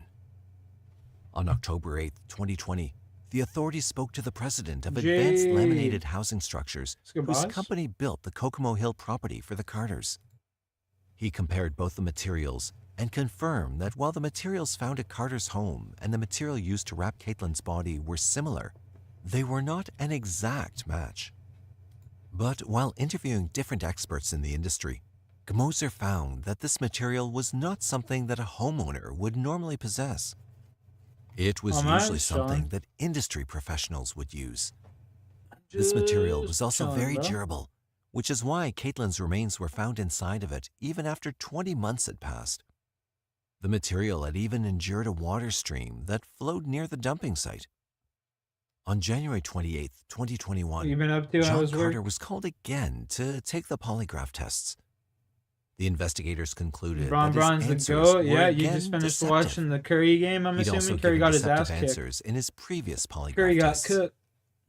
On March 29th and 30th, 2022, the police interviewed two teenage I was boys watching it on separately. my side screen here. They were Caitlin's neighbors. On the night of Caitlin's disappearance, both the teenage boys Play had over snuck 10. out of their house to go to the Sacred Curry Hearts got cooked. Festival He only had and 4 witnessed shots the two first vehicles, 22 minutes of the game. including a red Ford Focus believed to be driven by John The Carter, dynasty is entering over. the driveway and the garage of the house. Damn. It was around 2 a.m. The cars had their lights off, and they stayed in the garage briefly before leaving. This behavior raised suspicion, as intentionally driving without headlights is a red flag for law enforcement. The red Ford Focus, confirmed to belong to Carter through registration and his admission, was in the garage for about 5 to 15 minutes before heading out. On April 14, 2022, the police interviewed Jonathan Palmerton, who was a longtime friend of Carter's. He was also interviewed in 2011 and 2012. Both the interviews were compared, and the police found out He that was cooking Palmerton like had changed his statements and was then being my deceptive. leg hurts. On December 22, 2022, Gmoser interviewed a private investigator. Apparently, on August 16th, Didn't he do the same bullshit in the 2 days mid-season after tournament Caitlin's as well? disappearance, He's always fading in the Carter big had moment, called this bro. private investigator and asked if she'd be interested in investigating the case. Carter had also asked her about the steps taken by the police in a murder investigation. The private investigator said that during their conversation, The good old Carter Denver talked about Dodge, Caitlin yeah. in the past tense. This indicated that Carter already knew that Caitlin was dead, but her remains would not be found Zion until just 20 got months whispered to after on the this sidelines. We'll conversation. give you an extra 30 From all mil these if you clues, just let it looked like the LeBron investigation get to the was playoffs. going in the right direction. Yeah? And Carter appeared to Just be a let suspect. Bron get to the playoffs. On We'll February give you an 17, extra 30 2023, mil. the Butler County Common Pleas Court ordered a search warrant to search John Carter's mother's residence that he'd lived in until 2021. Let Bron get to the They found playoffs. drawing We of need that done. angels in the woods in his home, and also surreal poetries written about death. These The NBA poems was were in saying to reference him, a "We loved one, need Bron which they to win, believed to brother." be Caitlin Markham. It was on this day that the first arrest in the Caitlin Markham case was made. The police arrested Jonathan Palmerton on the counts of perjury as he'd lied to the investigators. Then, on March 22, 2023, the police arrested John Carter, suspecting him to be involved in the disappearance of Caitlin Markham. Following the grand jury's indictment for the murder of Caitlin Markham, John Carter was captured on body camera footage as he was taken into custody. No, I haven't downloaded it At yet. first, he expressed willingness to speak with not. detectives, but later he changed his mind and requested a lawyer. Carter entered a plea of not guilty and was released on a $1 million bond. Released The prosecutor on a in the case $1 million revealed that several bond. writings were discovered in Oh. John Carter's home, addressing themes of love and death. One particular passage found stated, "Deep down, I love her. You want to kill her, but I love her. She must die." Another message was scribbled on a door saying, "I slit your wrists with the key to your heart." Caitlin Markham's father, Dave Markham, who had waited a long weirdo. time for this, thought that they were finally on the right track. I've been let down too many times there to get too encouraged. It is a positive move. It is a good thing, but it's still not over. It's not solved. After the news of the arrest, David expressed his feelings about Caitlin and Carter's relationship. He said that Caitlin had desired to move to Colorado alone and had been feeling burdened by her partner. He added that she took on all the planning and expenses, while Carter didn't save money or contribute. Frustrated and unhappy, she wanted to end the relationship due to the pain, trouble, and lack of commitment. The search warrant affidavit that was unsealed in late April 2023 revealed a great deal of information surrounding the case. Token It run. mentioned that there were claims stating that John Carter and another person, Margaritas. whose name was redacted, disposed of All Caitlin the Markham's above, body. bro. The police were seeking a warrant to search his mother's house for black plastic or construction and landscaping sheeting, which they believed was used to wrap Caitlin's body. While finding such material was not definitive proof, it was significant evidence that aligned with the prosecution's case. However, it was important to consider that individual possession of the material didn't imply guilt in the murder case. When solving cases like this, which had been ongoing for almost 12 years, circumstantial evidence played a crucial role in putting together the puzzle and gaining a clearer understanding of what transpired. The affidavit also revealed that during the police interview conducted on the day Caitlin Markham was reported missing and the following day, police had observed red vertical scratches on John Carter's neck. He attributed them to shaving. However, the police said that it was really unlikely that an electric razor could have caused the scratches, as Carter claimed. In addition to this, friends who were with Carter and Caitlin on the night before she disappeared stated they hadn't seen any scratches on him. Around the time of Caitlin Markham's disappearance, there were plans for her and Carter to move to Colorado, but it was believed that she was becoming less interested in their relationship and that things weren't going well between them. John's mother even offered to co-sign a credit card application for Caitlin if she agreed to take him to Colorado, but it seems she declined and didn't proceed with the application. This information provides insight into the dynamics between Caitlin and John at the time of her disappearance. According to her friends, Caitlin expressed feeling trapped, losing attraction towards John, and being concerned about his drug use and unconventional sexual desires. These details, among others, could help build a strong case against John Carter when he goes to trial. At this stage, John Carter maintains his innocence. He's been released on a $1 million bond, and his trial is scheduled for June 2024. There may be upcoming court appearances for status hearings or related matters. It's not surprising to many that John Carter was later charged with Caitlin's murder, although some people were taken aback. It took 11.5 years for charges to be filed, which is disappointing, as he had the freedom to carry on with his daily life, while Caitlin was denied that opportunity. The evidence against him is substantial, and it's a relief that the suspicions were not unfounded. Do you think that John Carter will be found guilty? Or do you think that pieces of evidence against him are still not substantial enough for sentencing? Like, he might be found guilty, honestly. On September 25th, 1994, in the quiet town of Jonesboro, Georgia, Douglas Overstreet, a 37-year-old well-regarded police lieutenant, vanished without a trace after a camping trip, leaving his loved ones and the community in a state of distress. The investigation took a startling twist when an unexpected passerby stumbled upon a lifeless body bearing the chilling signs of a heinous crime near Lake Thurmond. As detectives embarked on their search for answers, they uncovered a web of lies, revealing a disturbing truth. Who was behind the gruesome act? What dark secrets led to this devastating outcome?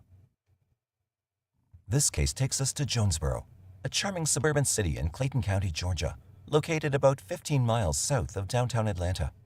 With a rich history dating back to the early 1800s, Jonesboro has transformed into a dynamic community with a diverse population. It offers a blend of residential areas, commercial districts, and natural beauty.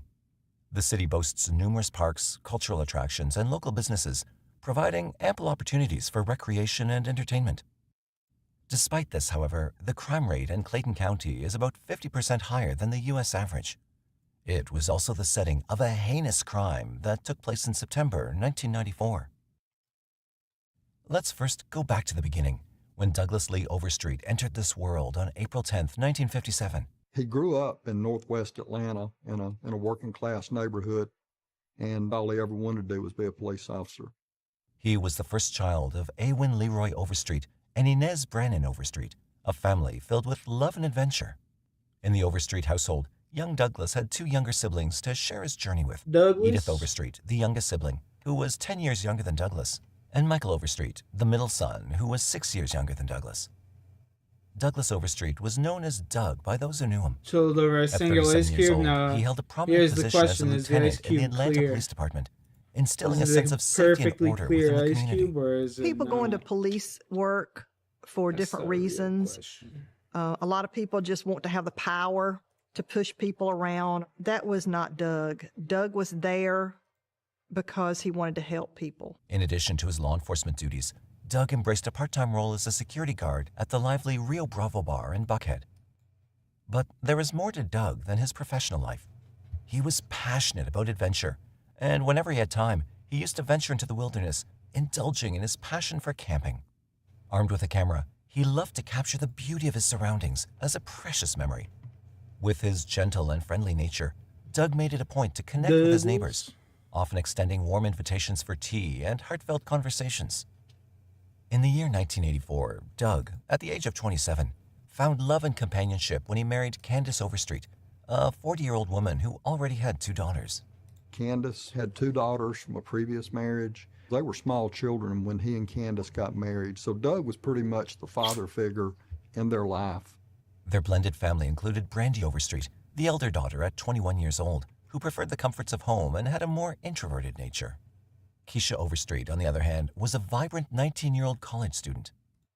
Douglas cherished his role as a stepfather, forming strong bonds with both Brandy and Keisha. Whenever he returned home, he'd bring thoughtful gifts to show his affection and make them feel special. On September 25, 1994, Doug eagerly embarked on a solo trip. However, as evening approached, Doug had not yet made his way back as he was expected to return home by evening. As the hours ticked by and nightfall loomed, the growing unease settled upon the household, for there was no sign or communication from Doug. Growing increasingly worried, the family launched an extensive search, leaving no stone unturned in their efforts to find him. However, despite their best efforts, Doug remained elusive. It wasn't until 3 days later, on September 28, 1994, that his wife, Candace, reported him missing.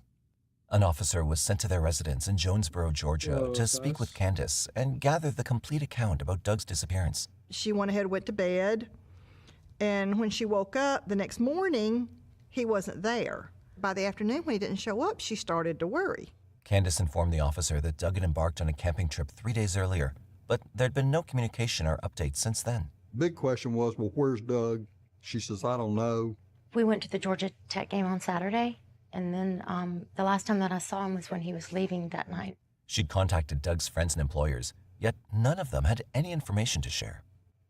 However, the officer found it slightly peculiar that Candace had waited for 3 days before reporting Doug's disappearance. On Monday the 26th and maybe Tuesday the 27th, it was, I would say, more concern and worry and curiosity. But then by Wednesday, she was getting angry because I think she believed he ran off with a woman. Typically, spouses would promptly reach out to authorities, either on the same night or at least by the following morning, expressing concern for their missing partners. Intrigued by this aspect, the officer gently inquired about the nature of their relationship, hoping to uncover any potential underlying factors that might shed light on the unusual delay. But according to Candace, their marriage was nothing short of perfect, and Doug had a strong bond with his stepdaughters. However, she revealed that Douglas had been facing challenges in his professional life, such as being overlooked for a promotion and being caught up in the Georgia Bureau of Investigation, GBI, inquiry involving his unit. He had been up for a promotion, and I don't think he had gotten the promotion, and he was struggling with whether he should leave the department or stay. Candace expressed her fear that these difficulties might have driven Doug to contemplate taking his own life, leaving investigators with a haunting possibility to consider. I believe some of the officers thought that there was a chance he might have taken his own life. Oh, God, you don't think he would have done something, do you? I don't know what to think. Investigators wasted no time in launching their investigation and started with interviewing the neighbors. They were hoping to uncover any hints of unusual activity or a glimpse of something out of the ordinary that they would have noticed on that fateful September day in 1994. There's not a lot that you can do proactively other than posting the lookout of Doug and his vehicle. However, despite their efforts, the neighbors appeared as clueless as the investigators themselves and were unable to shed any light on the mysterious events of that day.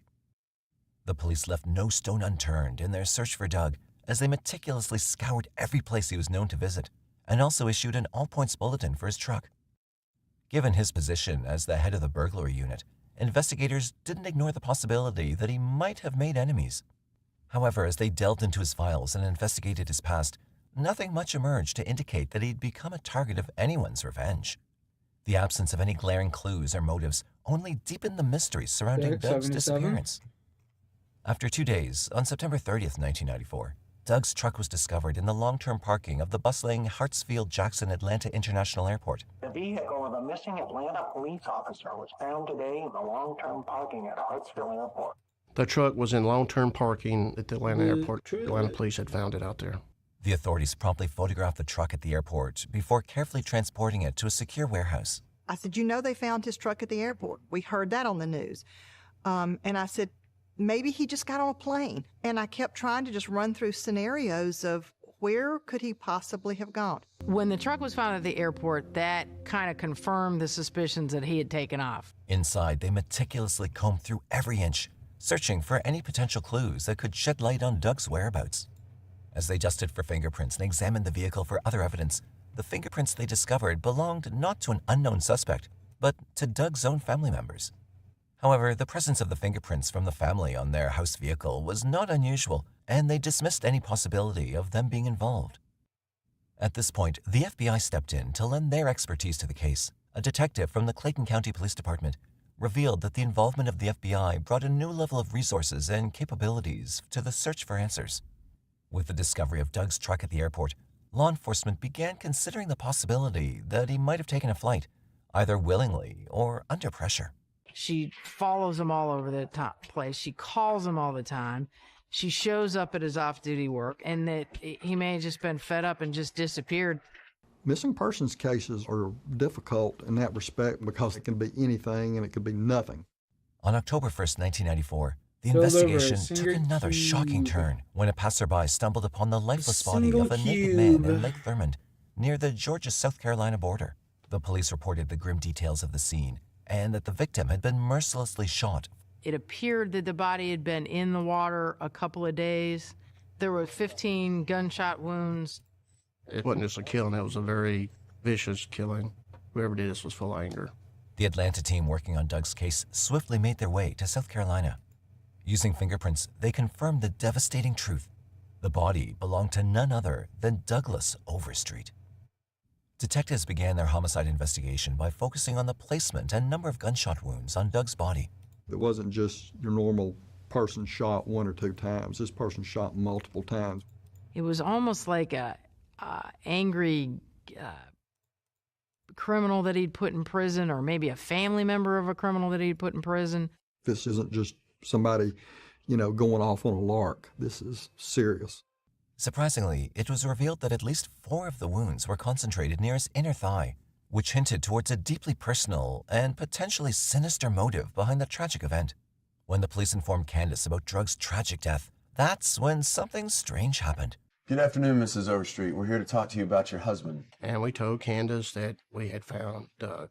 Her facial expressions gradually changed as she seemed nervous, like any of her wrong deeds had finally been caught. She pretended to be distraught and showed signs of being distressed. However, the investigators noticed the sudden change in her expression and started questioning about more information about Doug and his relations. That's when her story started to unravel. Initially, she portrayed their marriage as perfect, but later she changed her tune. She admitted to suspecting Doug of having an affair, implying that their seemingly flawless relationship had hidden cracks. So was there a particular event that led you to believe that Doug might have run off with another woman? These revelations prompted detectives to dig more into this complex web of secrets and into the true nature of Doug and Candace's marriage and its potential relevance to his untimely demise. As the investigation progressed, police discovered some evidence which indicated that Doug might have been involved in a relationship with a woman he met while working at Rio Bravo. But no further information was revealed about the woman by police.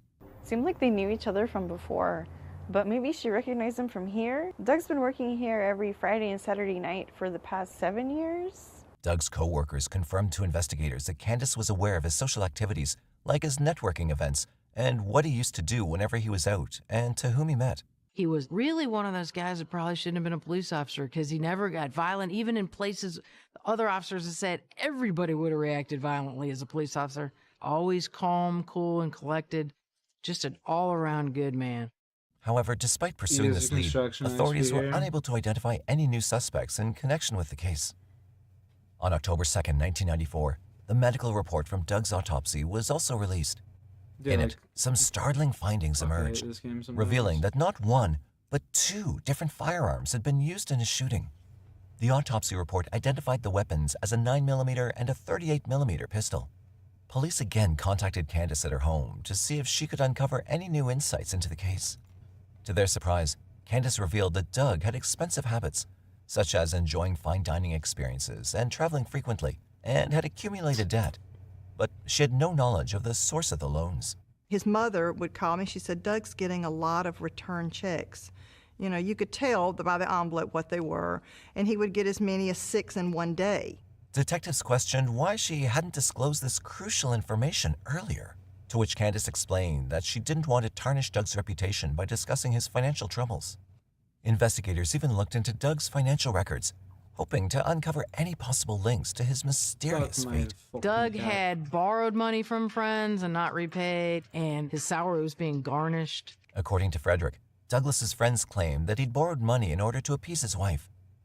However, despite all the leads, investigators couldn't establish a direct connection between his financial struggles and his untimely demise. Clear paper trail. Every interaction they ever had with Doug. There's nothing shady about it. Now, it was really frustrating for the investigators to continue their investigation without any definite lead. 3 days after the discovery of Doug's lifeless body, on October 4th, 1994, detectives made a condolence call to Candace. During their conversation, she casually mentioned that she'd be burying Doug's body with his badge, which she'd retrieved from Doug's cupboard. This seemingly casual remark instantly set off alarm bells among the investigators, as police officers rarely leave their homes without their badges. And we are going to bury him with the badge. We were unable to locate any of his belongings, so we don't have his badge. Well, I have his badge. It's right upstairs. Suddenly, all the puzzling pieces of the case started falling into place. The contradictory statements from Candace, the fingerprints found on Doug's vehicle, and her overall suspicious behavior from the start. He would have that. He wouldn't have left that. If you have a badge, you do not leave home without it. The spotlight now turned towards Candace, as the mounting evidence began to point a serious finger in her direction.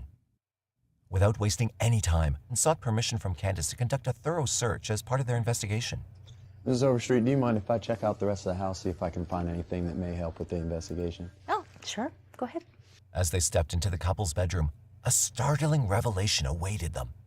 It seemed as though Doug's existence had been erased from the room. All his belongings were suspiciously absent. There was no men's clothes, no underwear, no T-shirts. People just don't take their loved ones' clothes, get rid of them that soon after something happens. The investigators' attention then turned to the carpet, which appeared to have been disturbed. It's all really nice and neat, and it's got brand new carpet on the floor.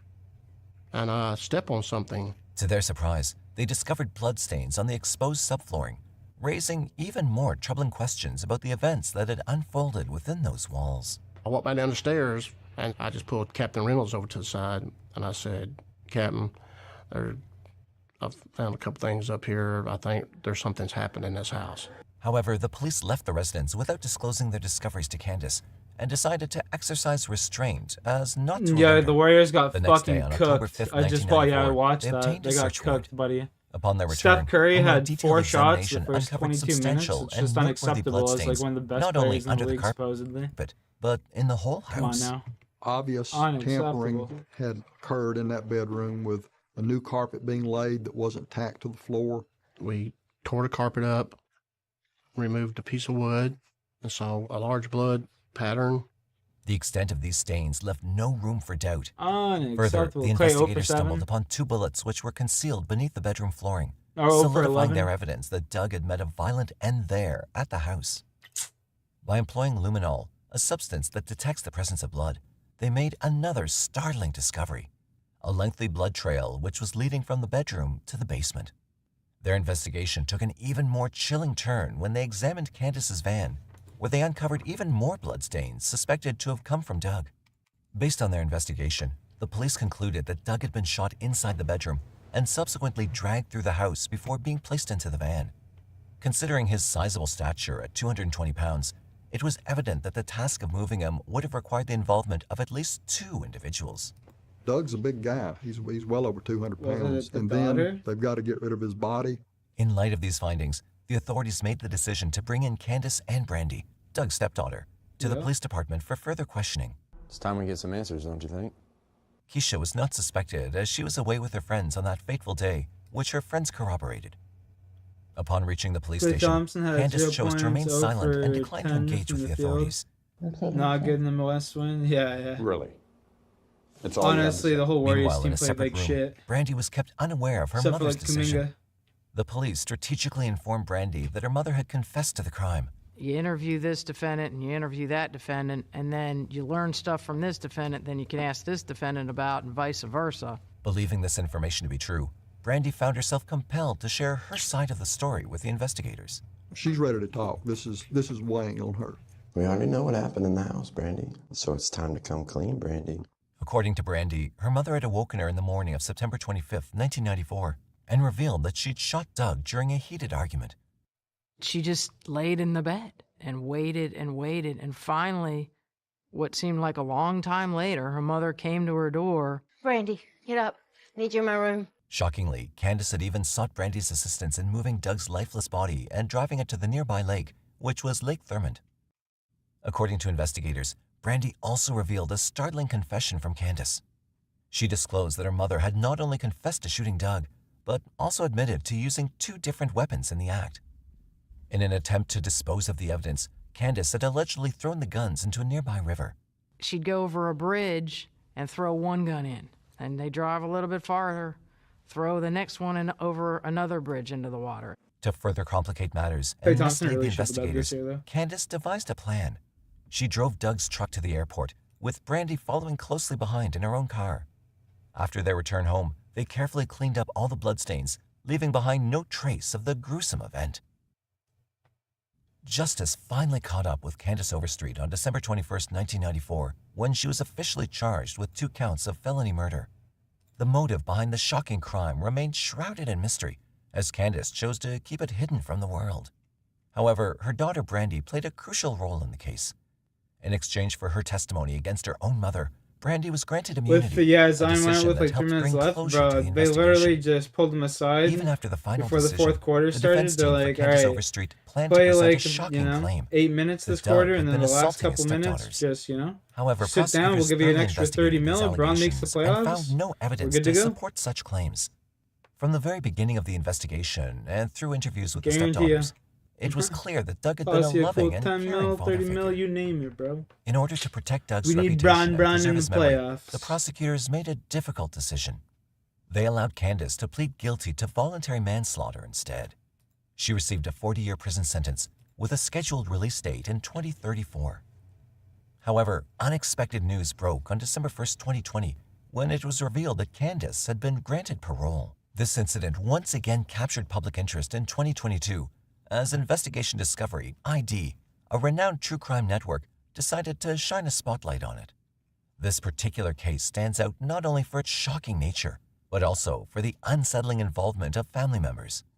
The recent arrival of an ID production crew in Jonesboro sparked curiosity, indicating that the network is preparing to delve deeper into the details of this tragic incident for an upcoming true crime program.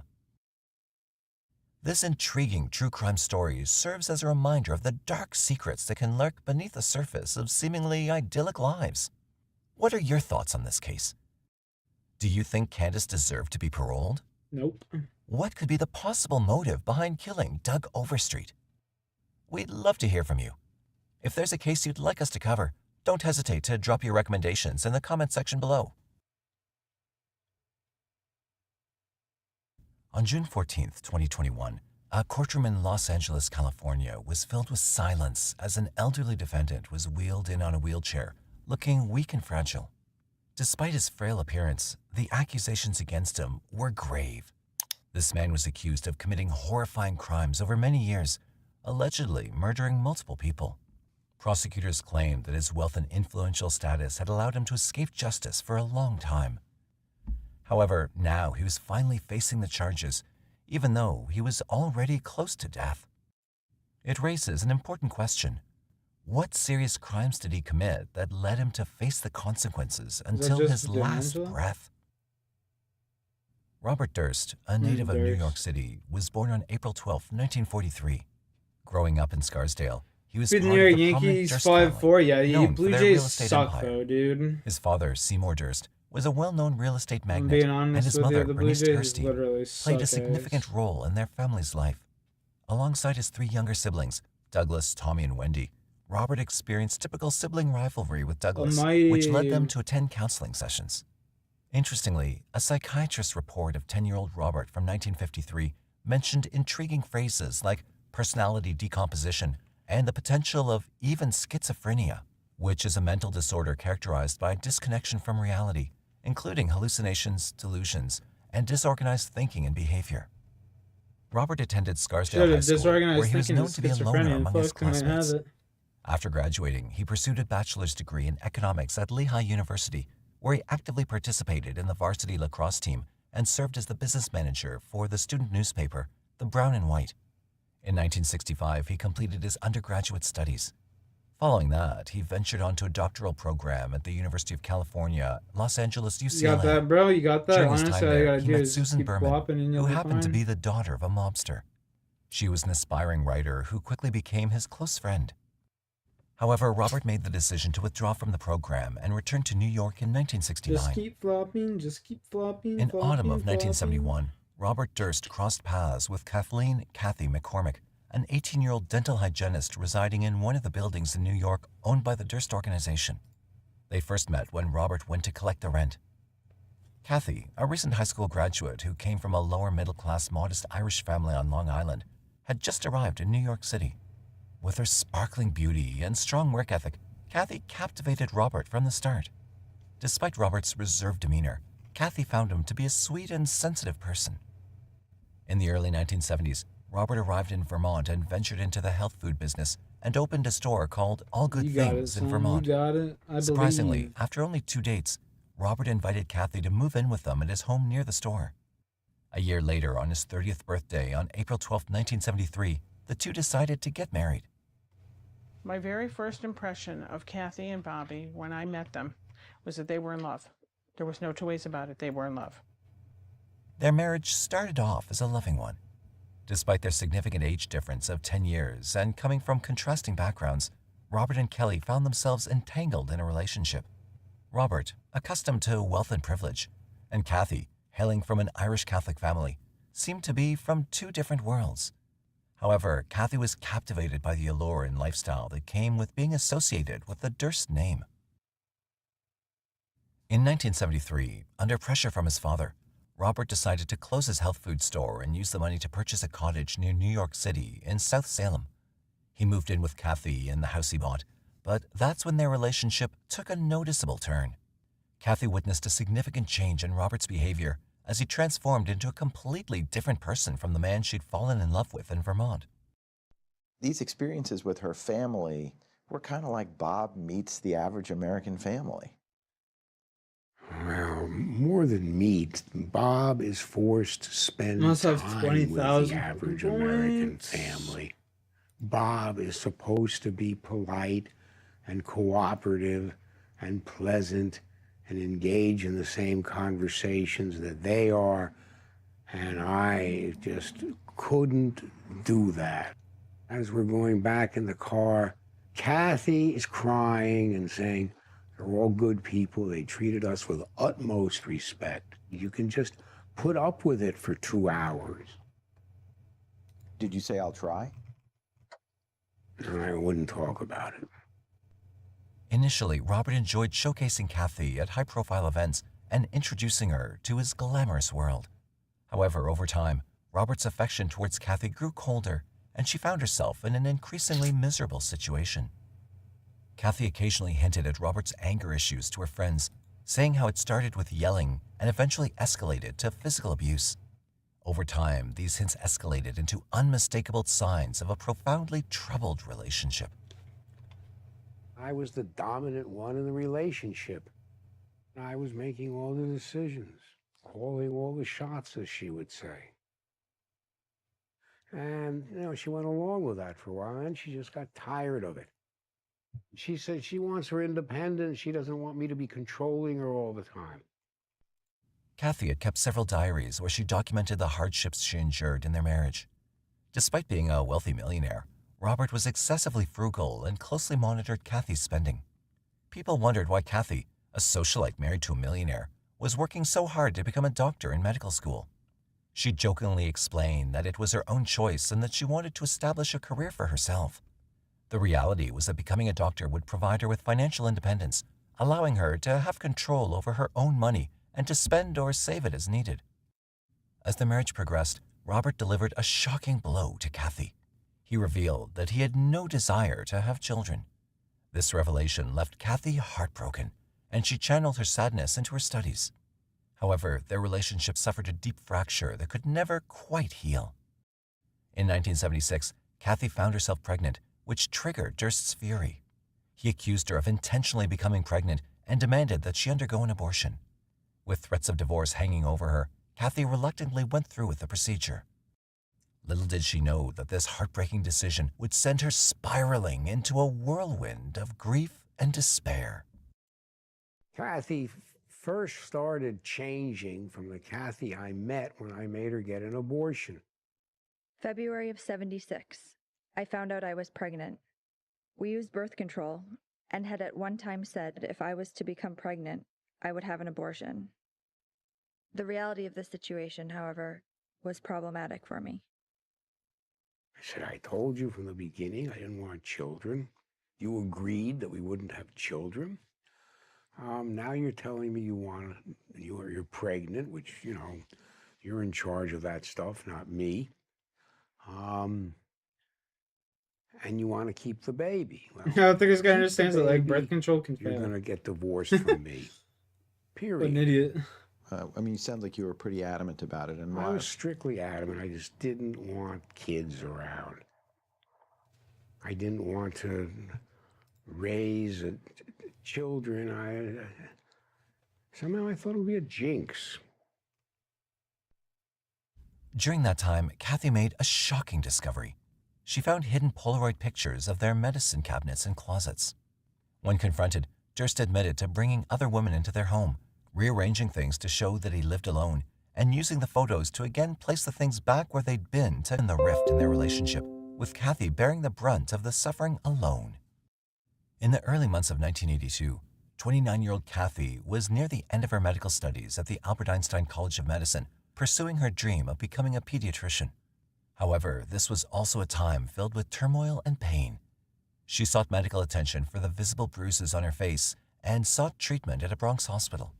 She also revealed to a trusted friend that these injuries were inflicted by Durst, her husband, when she confronted him about his affair with Prudence Farrow, a well-known transcendental meditation guru and the sister of actress Mia Farrow, who inspired the song Dear Prudence. The combination of the demanding pressures of medical school and the constant cycle of physical and emotional abuse took a heavy toll on Kathy. She turned to excessive drinking and drugs as a means of coping with the pain. She barely slept or ate, and her friends noticed that her once vibrant and lively demeanor faded away, leaving her detached I and got a black anxious. eye in that picture right there. Kathy finally realized that her marriage was beyond repair and decided to ask Robert for an official divorce in January 1982. She knew that her wealthy and violent husband would do anything to protect his money. Kathy offered him a fair settlement of $250,000, but Robert refused. In retaliation, Fair he settlement. canceled several of her bank accounts and credit cards and also threatened to ruin her financially. This would have jeopardized Kathy's dreams of completing medical school just months away from graduation. Faced with these challenges, Kathy had to back down, and they continued with their unhappy arrangement. It became clear that Robert was more interested in controlling Kathy than anything else. Kathy only needed to endure a little longer before she could finally escape from Robert's abuse forever. Sadly, Kathy would never have the chance to reach that moment. Yeah, I don't know why I should On the bring evening up of January divorce. Just 31st, get your job. 1982, Kathy and, attended a party hosted by her friend Gilberto Holy Najami. alcohol is too much. She appeared disheveled and was not acting like her Nice. usual self. Instead of her usual stylish attire, Kathy wore something casual and seemed visibly upset. Later that night, Robert called Najami's house looking for Kathy. After a brief phone conversation, Kathy announced that she was leaving. Before walking out the door, she turned to Najami and made a chilling statement. She asked Najami to promise that if anything ever happened to her, she'd make sure her husband Robert was investigated. Najami didn't fully understand the seriousness of Kathy's words at the time, but promised Kathy that her request would be fulfilled. Kathy got into her car and drove away, and it would be the last time Najami saw her. The next day, on February 1st, 1982, when Kathy failed to meet Najami at a pub called the Lionsgate in Manhattan as planned, Najami grew concerned. This was highly unusual behavior for Kathy, so Najami began reaching out to their mutual friends to see if anyone had heard from her. Najami also called Robert, but he claimed I he just hadn't stick seen to Kathy weed. since the night of the party and was trying to contact her himself. After a few days went by without any news from Kathy, on February 5th, 1982, Robert decided to go to the Now I New have to York go to Police the Department hospital? and Damn. reported her as missing. Detective Michael Struck was the one who listened to Wild. Robert's report and talked to him about it. According to Robert, things got You gotta be heated between careful, him and man. Kathy that night on January Got 31st, one life to live, 1982, don't fuck it and up. she insisted on going to their Manhattan apartment instead of staying with them at the house. In a huff, Robert drove her to the Katona train station, where she planned to catch the 9:15 p.m. train to Manhattan. The detectives found it strange that Robert had waited so long before reporting his wife missing. When they questioned him about it, he remained surprisingly calm and explained that Kathy often spent days away from home due to her work and studies at the hospital. He didn't seem bothered at all by her absence. What made things even more peculiar was that he quickly went to the press and offered a reward of $100,000 for any information that could help find Kathy. Later on, he said there was a mistake in the original article and reduced the reward amount to $15,000. Because Robert was well known, both his wife's disappearance and his own actions gained a lot of attention from the media. At this point, Robert's longtime friend, Susan Berman, stepped in and became his unofficial spokesperson. She made statements and answered questions on his behalf. During the initial investigation, both the doorman Yeah, and the here's the building fun superintendent facts. at Kathy's apartment on Riverside Drive in Manhattan claimed to have seen That Kathy there is- on February 1st, 1982, the day after she was last seen. However, the doorman admitted that he only saw her from a distance and from behind, so he couldn't be sure it was her. Also, the dean from her college confirmed that on February 1st, 1982, Kathy had called him to inform him she was sick and was having gastric what you problems, saying? so she wouldn't be able to attend classes for a few days. What made things even more mysterious was that only 3 weeks after Robert reported Kathy missing, the building superintendent discovered her belongings in the building's trash compactor. Kathy's friends couldn't sit still and wait any longer, so they took matters into their own hands. In March 1982, they broke into Kathy and Robert's South Salem home, hoping to find any sign of her or any clue about where she might be. But what they found was shocking. The house was a complete mess, It's as if like it a had been turned upside Pokemon down. roguelike. I don't know. Kathy's mail roguelike. had been torn open, and her Roguelike. belongings were I don't know what that carelessly means. thrown into the garbage. Her clothes, medical school books, It's and just even her like the final jewelry had been boss. discarded. That's alright. I went through his garbage, and I found that he was throwing her things out right away. Within 5 weeks at least of her disappearance. He knew she wasn't coming back. As they continued their search, they stumbled upon an itinerary that seemed to be written by Robert himself. This discovery added another layer of intrigue to the already puzzling situation. In the itinerary, Robert provided a detailed account of everything he did on the night Kathy went missing and the following days. Small trash can by the bed.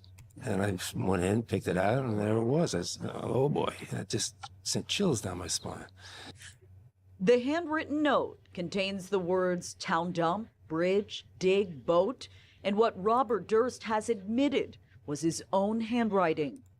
It sounded like a wish list of what you do with a body to me. So what'd you do with this letter once you found it? Gave it to the police. They didn't want it. Didn't want it. They did not want it. The friends shared this information with the lead detective working on the case, who found it Nah, unusual but I know what because kind of- I know innocent what you're people talking about, where typically it's don't just, feel the like, need to write down such a randomly precise generated and like that. minute-by-minute Yeah, I know what recounting you of their mean. activities. While the New York police investigated to play leads through and to the questioned end. Robert, Okay, that's pretty cool. it didn't remain unnoticed that higher-ranking That's pretty officials cool. were not pushing hard to solve the case. The investigation, which had only been going on for a few weeks, had already started to slow down. Usually, high-profile cases like this attract significant That's pretty attention fucking and sweet. pressure on the detectives, but that wasn't happening in this case. It seemed that the Durst family showed little concern about Kathy's disappearance and didn't cooperate with law enforcement. Robert himself refused Yo, to much interview love, the police, Sean. polygraph God tests, bless, brother. and even answering basic questions, although he did give several interviews to reporters. Initially, Robert appeared to be a concerned and sympathetic husband, but his attitude soon changed to annoyance, and he began to speak negatively about Kathy. He told the press that he thought Kathy had left him and was planning to run away with another man. Unfortunately, there was already limited evidence in Kathy's disappearance, and it seemed like the available evidence was ignored by law enforcement, possibly due to Robert's wealth and influence. As a result, despite the initial attention and urgency, the case quickly went cold, and Kathy's disappearance became just another file in a storage locker for unsolved cases. After Kathy's disappearance, Robert distanced himself from New York and maintained a small circle of 18,000 friends, points, Bob? primarily including Susan Berman and a few others. Between 1990 and 2000, Robert attempted to start fresh. He sold the house he shared with Kathy in South Salem, and without Kathy's family knowing, he filed for divorce on the grounds of spousal abandonment. Despite being next in line to take over his father's company, his father, Seymour, appointed his younger brother Douglas to the position in 1994. This caused Robert to accuse his brother of stealing the company from him, leading to a rift within the family. In 1999, 17 years after her disappearance, the New York police quietly reopened Kathy's missing persons case after new detectives discovered significant mistakes made during the initial investigation. Their first suspicion was towards Robert. After this, they obtained a search warrant and searched Robert's former South Salem home and the nearby Truesdale Lake. But After to their this, I'm gonna go get me some disappointment, chocolate they chip found cookies. nothing. Yes, sir. Yes, sir. It was during this period that Susan Berman, Robert's closest milk. friend, found herself in a difficult financial situation. She was on the verge of being evicted from her home and had no money left. Desperate for help, she tried to reach out to Robert, but couldn't get through to him directly. Instead, she left a voicemail on a phone number he maintained. Several months later, in August 2000, a surprising gift arrived from Robert. He sent her 2 checks, each worth $25,000, which Susan used to pay off her debts. Little did they know, Fuck, this where's my act of 25 generosity grand, bro? would be the catalyst for a series of unexpected events that were about to unfold. Where's my 25 grand, In December man? 2000, Susan Berman was living by herself in Benedict Fuck. Canyon, Los Angeles. She worked as Shit, a I'll journalist take and author 5. and had a fascinating background I to ain't share. greedy. Susan wrote about her family connections to reputed gangsters, especially her father, David "Davy" Berman, who was a mob boss in Las Vegas. When That'd be pretty Susan was cool. only Your 12, dad's a fucking her mob father boss. died on the operating table. He was in the hospital for routine Gunshot? surgery. Uh, And this was a huge blow to Susan. And it really marked her for the rest of her life. he died in surgery. Susan and Robert quickly no mob became boss close just friends dies after in meeting as surgery like students at that. UCLA when Susan was Homie 22 was years definitely old. murdered. They shared a bond through their traumatic You know. experiences. Susan's father died during surgery, and her mother passed away from a drug overdose. Similarly, Robert believed his mother had taken her own life, 18,000 jumping points off right the now, roof of their Zeno. home. Susan saw Robert as the younger brother she never had and became very protective of him. When Susan got married in 1984, 18,660. it was Robert who walked her down the aisle. When Kathy went missing, Susan took on the role of Robert's unofficial spokesperson, relaying his statements to the public. She also served as his alibi for the night Kathy disappeared. In September 2000, the Westchester District Attorney, Janine Porto, contacted Susan and informed her that they were about to reopen the Kathy Durst case after 18 What years. the fuck? How? Solo. Knowing Susan's close friendship with Robert, Zeno, and her watch role when as I his open up this alibi crate, during bro. It's Kathy's gonna be so disappearance, so the district insane, attorney dude. believed Watch. she might be withholding crucial information that could help solve the case. Since Susan had never been interviewed during the initial investigation, Wait till the I interview open was this crate. scheduled You're to gonna take shit your place pants. early in the new It's gonna year. be fucking insane. Surprisingly, the news of the district attorney's intention to interview Susan made headlines in New York. On December 19th, 2000, Susan spoke with her Almost friend, 20,000 actress Kim points. Langford, and hinted at having an extraordinary story and vital information that would shake things up. Unfortunately, the day to reveal that information never came. I'm a senior operator 348. Yes, hi. I live in Benedict Canyon, and my next door neighbor, one of our other neighbors, found her dog on the street yesterday. Her car was in the driveway. 3% left. That's Cat was good. on her doorstep. She's not answering her phone. Her back door is wide open. So I don't know what's going on. Let's run over here. Light this bitch up On again. December 24th, 2000, police found Susan Berman's lifeless body lying on the floor in a back bedroom of her house, which was located at 1527 Benedict Canyon Drive in Beverly Hills. Keep going. She'd been shot at close range with a single 9mm bullet hitting the back of her head, suggesting an execution-style killing. The police initially suspected that Susan's loose association with organized crime, given her father's notorious reputation as a mobster, may have played a role in her murder. Susan had openly discussed her family 2% ties left. and even started writing about them, which may have drawn unwanted attention from certain individuals. The manner of her death, resembling a mafia-style execution with a single shot to the back of the head, seemed to support this theory. However, just a few days into the investigation, this theory was discarded as the Beverly Hills Police Department received an anonymous letter. The letter was written in block letters, and interestingly, the word Beverly was misspelled. Inside the envelope was a white piece of paper with 1%. Susan's address written on it and the word cadaver written Let's below. go. What puzzled the investigators was that the letter had been sent on December.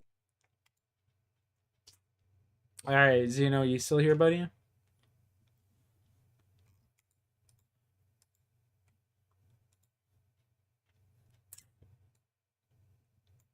I'm trying to open up the crate, and it says you may need 28 spaces. That's what it says. It says you need 28 spaces to open this crate, so I gotta put everything in my fucking inventory away.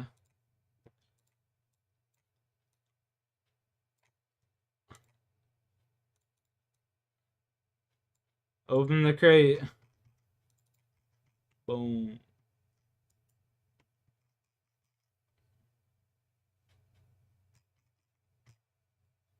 There was so much shit there that I couldn't even get it all.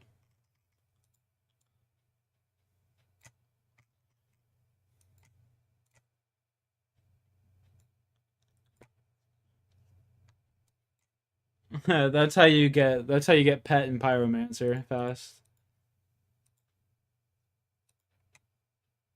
Yo, I've already look how many fucking torches I've got, you know?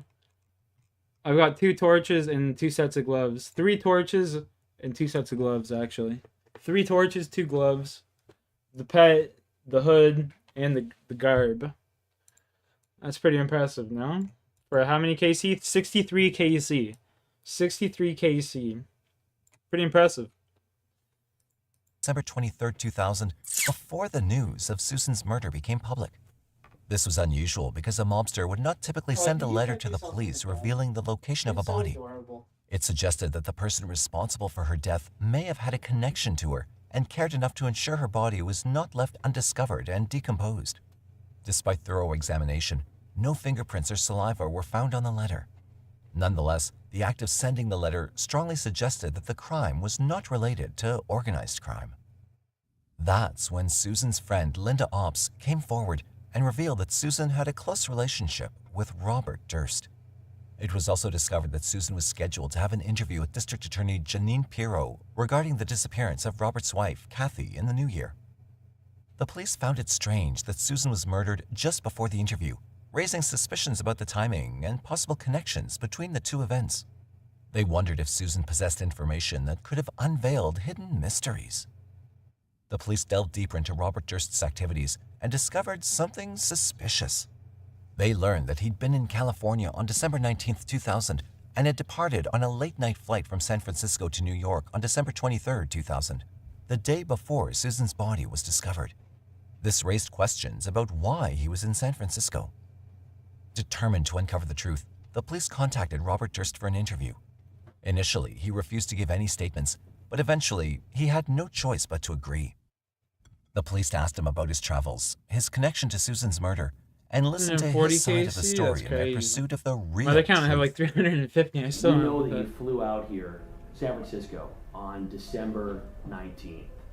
I think, Bob, that you drove down to Los Angeles. Killed Susan. I do. Drove back. You know, you don't take red-eye flights very often. Did you know that? Very infrequently. And usually you don't buy your tickets right at the counter. Would you agree? Usually I make reservations. 544 actually, On sorry. December 23rd, you end up buying that ticket at 10 at night at the counter in San Francisco. Just doesn't make sense. Yeah, I hear you. I'm just not going to be able to answer that because I just don't. Okay. Hard to explain. Unusual. Despite the interview with Robert Durst, the police were unable to gather enough solid evidence to connect him to Susan's murder. Robert didn't provide any information during the interview that could lead the police to solve the case. Without concrete proof, the authorities had no choice but to release Robert Durst. The investigation into Susan's murder hit a roadblock, leaving the police frustrated and searching for new leads to unravel the mystery. Robert decided to leave New York when he learned that Kathy's case was going to be reopened. He wanted to avoid any further questioning and investigations into the case. In April 2001, he found refuge in Galveston, Texas, where he rented a modest apartment for a mere $300 per month. However, fate had more surprises in store for him. Another unfortunate event unfolded, adding yet another twist to the already mysterious tale. Bedtime. On September 30th, 2001, the police in Galveston, Texas received a call from concerned parents reporting that their child had seen a man's torso floating in the water off Channelview Drive while walking in an upper-middle-class neighborhood. The police quickly arrived at the scene and discovered a headless torso of a Caucasian man. As they searched the water, they found several black trash bags floating nearby, which contained severed arms and legs, but the head was nowhere to be found. Through fingerprints taken from one of the hands, the police identified the remains as belonging to a 71-year-old man named Morris Black. Morris lived in an apartment building on 2213 Avenue K and had no contact with his family. He'd arrived in Texas in the mid-1990s and had a previous arrest in 1998 for making threats about blowing up a utility company over an electricity bill issue. People who'd met Morris in Galveston described him as a grumpy old man who was suspicious of everyone. His nomadic lifestyle made it difficult to track his timeline of events over the years. The police obtained a search warrant for Morris's apartment and discovered that it had recently been thoroughly cleaned. In the kitchen, they noticed drop cloths covering the floor, and when they moved them, they found scratches on the floor that seemed to be made by a saw or another cutting tool. Removing the laminate, they uncovered large bloodstains underneath. They spread a substance called luminol throughout the apartment, which revealed blood traces everywhere, including drag marks leading from Morris's apartment to the one across the hall. The apartment across the hall belonged to Dorothy Siner, an elderly mute woman who kept to herself and was rarely seen. Investigators obtained a search warrant for Dorothy's apartment and found blood throughout the place. Unlike Morris's apartment, this one hadn't been cleaned, and there were dried blood splatters all over. They also discovered a paring knife, a cleaver, a handsaw, and a pistol, which was suspected to be the murder weapon. One of the bags recovered from the bay was empty and had a large rip, leading officers to believe that it might have contained Morris's missing head, as it was the only body part still unaccounted for. At this point, Dorothy Siner was missing, and the police focused on locating her. They discovered that Morris had likely been killed in Dorothy's apartment and dismembered in his own apartment. This raised a puzzling question. How could an elderly woman drag a man from one place to another and dismember him? Investigators spoke to residents of the avenue, and an upstairs neighbor revealed that she'd seen a man frequently visiting Dorothy's apartment. On the night of September 29, 2001, she witnessed this man carrying a heavy trash bag and putting it into a Honda CR-V. Additionally, when the police searched the garbage cans near the avenue, they found packaging for a 4-inch paring knife, a shell casing that could potentially belong to the pistol found in Dorothy's apartment, and a receipt from a local optometrist with Robert Durst's name on it. This discovery surprised the investigators, as they wondered if Robert, along with Dorothy, was somehow connected to Morris's murder. To uncover the truth, the investigators checked the national database for information on Dorothy. On October 2, 2001, they were finally able to locate her. Surprisingly, she denied living in Galveston, Texas, and revealed that she was not mute. When asked about the second suspect, Robert, she admitted knowing him from their high school days in the 1950s. However, she hadn't spoken to him in decades and had no idea why an apartment was rented under her name. This raised suspicions about Robert's involvement in Morris's murder. On October 9, 2001, a Honda CR-V matching the description of the neighbor from Avenue K was discovered, and a search of the vehicle uncovered a saw and visible blood in the trunk. Finally, at 58 years old, for the first time, Robert Durst was arrested and charged with the murder of Morris Black. It was then revealed that to hide his true identity, he assumed the persona of Dorothy Siner and pretended to be a mute woman, using the name he borrowed from his former high school friend. During his time in Galveston, he was spotted wearing women's wigs and frequently visiting the library to search for articles about himself. He was held on a hefty bail amount of $300,000, which he easily paid and secured his release from custody. Surprisingly, he had no trouble paying this amount and was granted bail. However, instead of attending his court date on October 16, 2001, he quickly left Texas and went on the run. Obviously. As a result, he was declared a fugitive by failing to appear in court as scheduled. After Robert became a fugitive, a search was initiated to find him. In the search for Robert Durst, a lawyer is asking him to surrender. Attorney Michael Kennedy made an appeal to him to turn himself in. Robert, if you see this or hear this, please come home. You have loved ones who care about you here in New York. Your family is solidly, unifiedly behind you. The trust has the wherewithal to pay for your legal defense. On November 30th, 2001, he was caught shoplifting at a Wegmans grocery store in Pennsylvania. When the police searched his vehicle, they discovered over $13,000 in cash, including nearly $600 in his pocket. They also found marijuana and a handgun. As a result, Robert faced charges for possessing the firearm and the shoplifting incident. He was extradited back to Texas to face more serious charges, and this time, he was held in custody without the option for bail. Obviously. In January 2002, Robert Durst returned to Texas to face trial for the murder of Morris Black. During his testimony, Robert claimed that on September 28, 2001, he arrived home to find Morris in his apartment, visibly angry. Even though Morris had a key to the apartment, Robert was not expecting him. Robert stated that he immediately suspected Morris of taking his stored pistol from the oven. And when he asked Morris about it, Morris allegedly stood up and pointed the gun at him. Robert asserted that in the struggle that ensued, he grabbed the pistol and both of them fell to the ground, resulting in the gun accidentally going off. Robert maintained that he never intentionally pulled the trigger, but the gunshot caused Morris's death. Robert claimed that after the incident, he tried to seek help from a neighbor, but nobody answered, so he returned to his apartment and began cleaning up the blood himself. He admitted to drinking a bottle of Jack Daniels and then proceeded to dismember Morris's body. He later disposed of the body parts by dumping them in the Galveston Bay. Robert explained that he did not go to the police because he believed they wouldn't believe his self-defense claim due to his past reputation and the suspicious circumstances. With the help of Probably skilled right defense about attorneys, that. Robert's legal team presented evidence in court to support his case of acting in self-defense. Despite the substantial evidence, on November 11, 2003, Robert was found not guilty of Morris's death and was acquitted of the charges. Money pays. The trial ended with a shocking outcome. Initially, Robert had to post a bail of $450,000 due to his past bail jumping and tampering with evidence. However, in October 2004, just as he was about to be released on parole, Pennsylvania authorities charged him with weapons possessions related to his time as a fugitive. He was released from federal prison in July 2005 and sent to Texas for parole. But Robert had trouble staying in one place. In December 2005, he was arrested for violating his parole by making unauthorized trips to Galveston. He was caught after visiting a Texas mall where he coincidentally encountered the judge who had presided over his murder trial.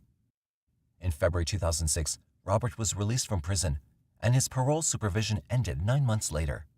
Once again, Imagine he you're in became the, a free the man. wrong state and you're running into, of all people, you're 4 years fucking later, judge. Robert's notorious actions became the subject of a movie called All Good Things, which was loosely based on his life. The film, starring Ryan Gosling and Kirsten Dunst, premiered in December 2010. It portrayed a man who killed his wife's best friend, neighbor, and dog. After watching the movie, Robert reached out to the director, Andrew Jarecki, and praised the film, but expressed his dislike for the portrayal of the dog's murder. Robert and Andrew stayed in touch over the years, and despite his lawyer's advice against it, Robert eventually agreed to be interviewed for a documentary series about his life called The Jinx, The Life and Deaths of Robert Durst, which was produced by HBO. Do not tell the whole truth. Nobody tells the whole truth. Did you have anything to do with the death of your wife? I don't know that she's dead.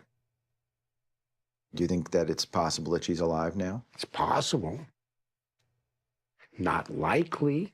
I felt terrible for Susan. I was astonished that they were putting all this together, that I did it or I caused it to be done. An interview is a big risk for you. Why do you want to do an interview? During the interview, Robert vehemently denied having any involvement in the murder of Susan or the disappearance of Kathy, firmly maintaining his innocence. Afterward, a series of interviews followed, leading to the creation of one of the most influential true crime documentary series, HBO's The Jinx, which was aired on February 8, 2015. In this series, Andrew and his team carefully examined every aspect of Robert Durst's life, starting from his childhood to his marriage with Kathy and the circumstances surrounding her disappearance, as well as the murder of Susan Berman. The documentary also covered Robert's trial for the killing of Morris Black. As the documentary series progressed, an intriguing development unfolded. It began with Robert providing explanations for certain events that Andrew found suspicious. However, as the series continued, the doubts surrounding Robert grew stronger. The most significant revelation occurred during an interview with Sareb Kaufman, Susan Berman's stepson. Initially, Sareb staunchly defended Robert and believed he could never harm Susan. Even when presented with a clear motive for Robert's potential involvement, Sareb refused to entertain the possibility. Because he got paid. However, weeks later, in March 2015, Sareb's curiosity was piqued by his conversation with Andrew, prompting him to explore some old boxes containing Susan's belongings. To everyone's astonishment, including the production team, Sareb discovered a letter sent by Robert to Susan a few months before her death. The letter, a simple white envelope with block lettering, had the word Beverly misspelled. This finding significantly impacted the investigation into Susan's murder. During this entire time, both the Beverly Hills Police Department and the New York City Police were actively searching for leads in the cases of Susan Berman and Kathy Durst. When the crew of the Jinx contacted the Beverly Hills Police Department about the letter found by Sareb, it sparked alarm as it connected to the initial investigation into Susan's murder. This newfound evidence revitalized the investigators, prompting them to fly to New York and interview individuals close to Robert during the time of Susan's murder. These interviews provided police with additional evidence, leading to the filing of murder charges against Robert Durst. He was eventually located in a hotel in New Orleans, along with a .38 caliber revolver, $40,000, a map of Cuba, a shoulder-to-head latex mask, and fake IDs and passport from which police understood that he was Over the planning to head fly to latex Cuba. ones. He was arrested by the FBI in March 2015, just a few days before the highly anticipated finale of The Jinx aired on HBO.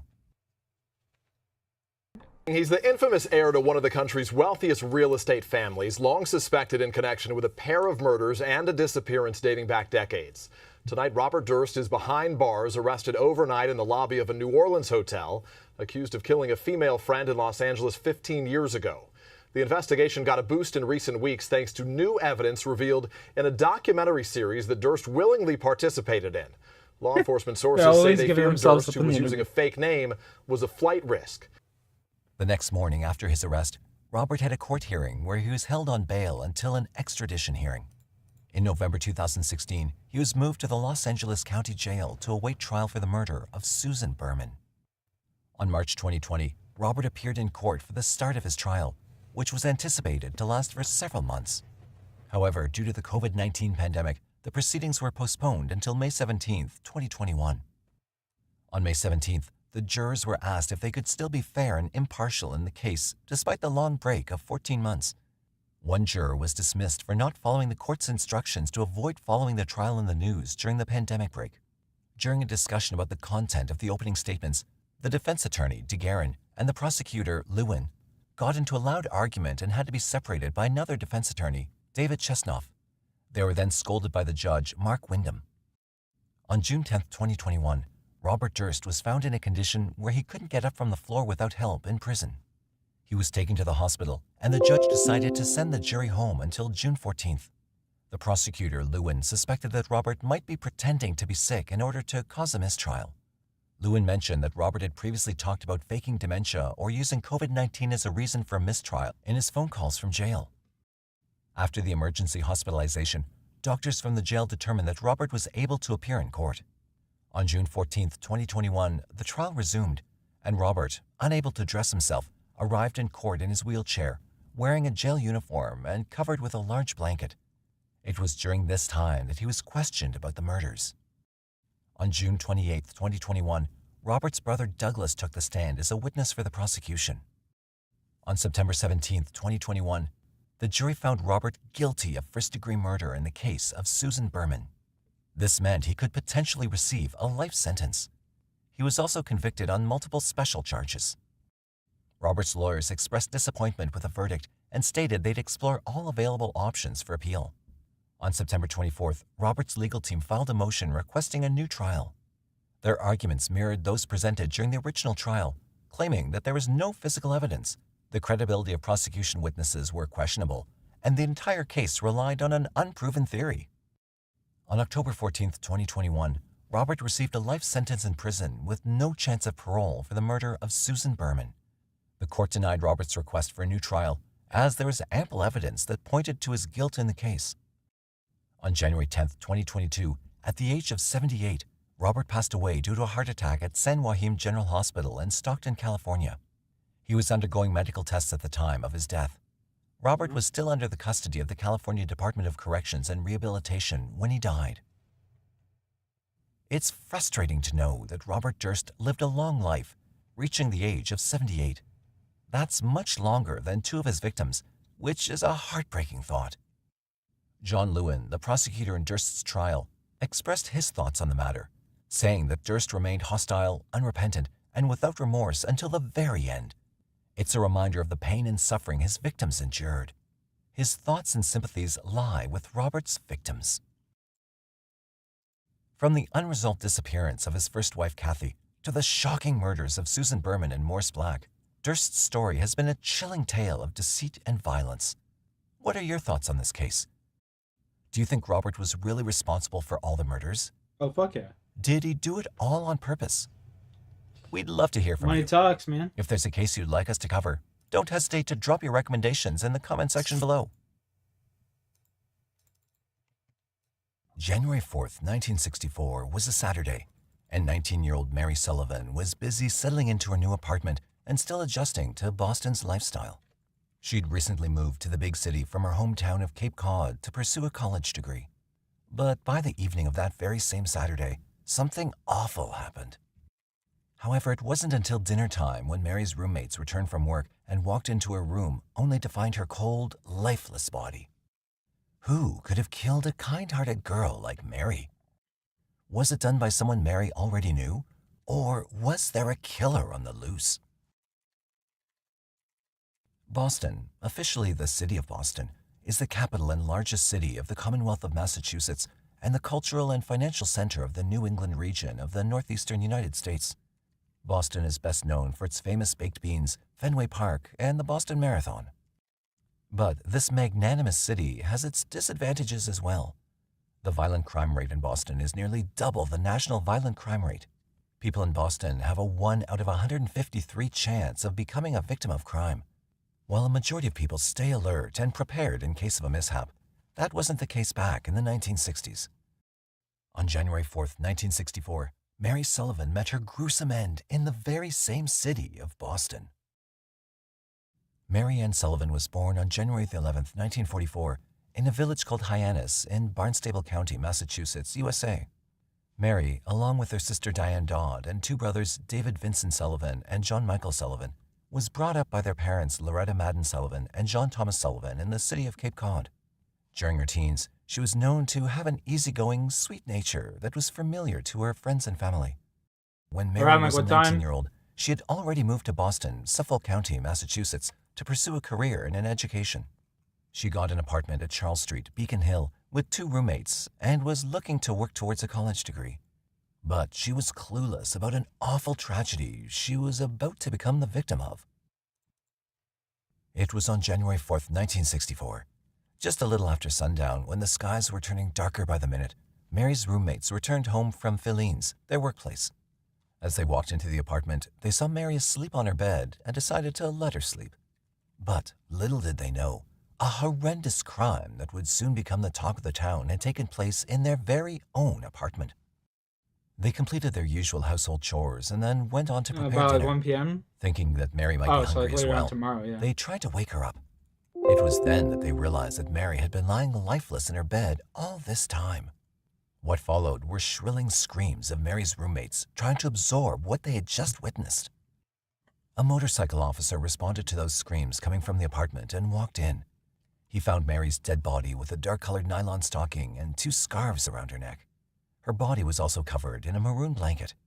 Senior authorities were informed, and as they arrived, an investigation was launched.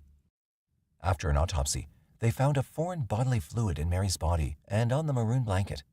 The autopsy report concluded that Mary had been assaulted and strangled to death. As forensic technology wasn't as advanced as it is today, the detectives preserved the foreign bodily fluid found in Mary's body as evidence for future use. Mary was only a few days shy from turning 20 when her chance at life was snatched away from her. The Boston Police Department geared up to get their hands on the killer. The original investigators had identified 2 possible suspects in the case, both of whom had access to Mary's apartment. The suspects were Mary's ex-boyfriend and one of her roommate's boyfriend. An important piece of evidence that connected the ex-boyfriend to the case was an ascot that was found cut up in the toilet. Mary had bought her ex-boyfriend ascots as presents. At the time, Mary's sister, Diane Dodd, believed that the ex-boyfriend was abusive towards Mary and that there was a high chance that he'd killed her. When the detectives questioned the people in and around the area where the crime took place, an eyewitness stepped up with some information about Mary. He claimed that he'd seen a man matching the description of her roommate's boyfriend in her apartment on the day she was killed. The day before the murder took place, Mary's roommate had spent the entire day with that boyfriend. It also turned out that a key to Mary's apartment had gone missing, and her roommate's boyfriend was accused of taking possession of it secretly. Things weren't looking good for Mary's ex-boyfriend and her roommate's boyfriend at the time.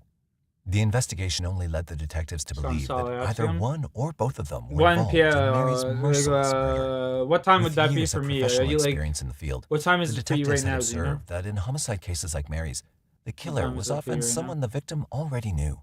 And with that theory in their minds, the police were sure that Mary's case was solvable, and they'd soon have their hands Oh, I on the didn't killer. get it.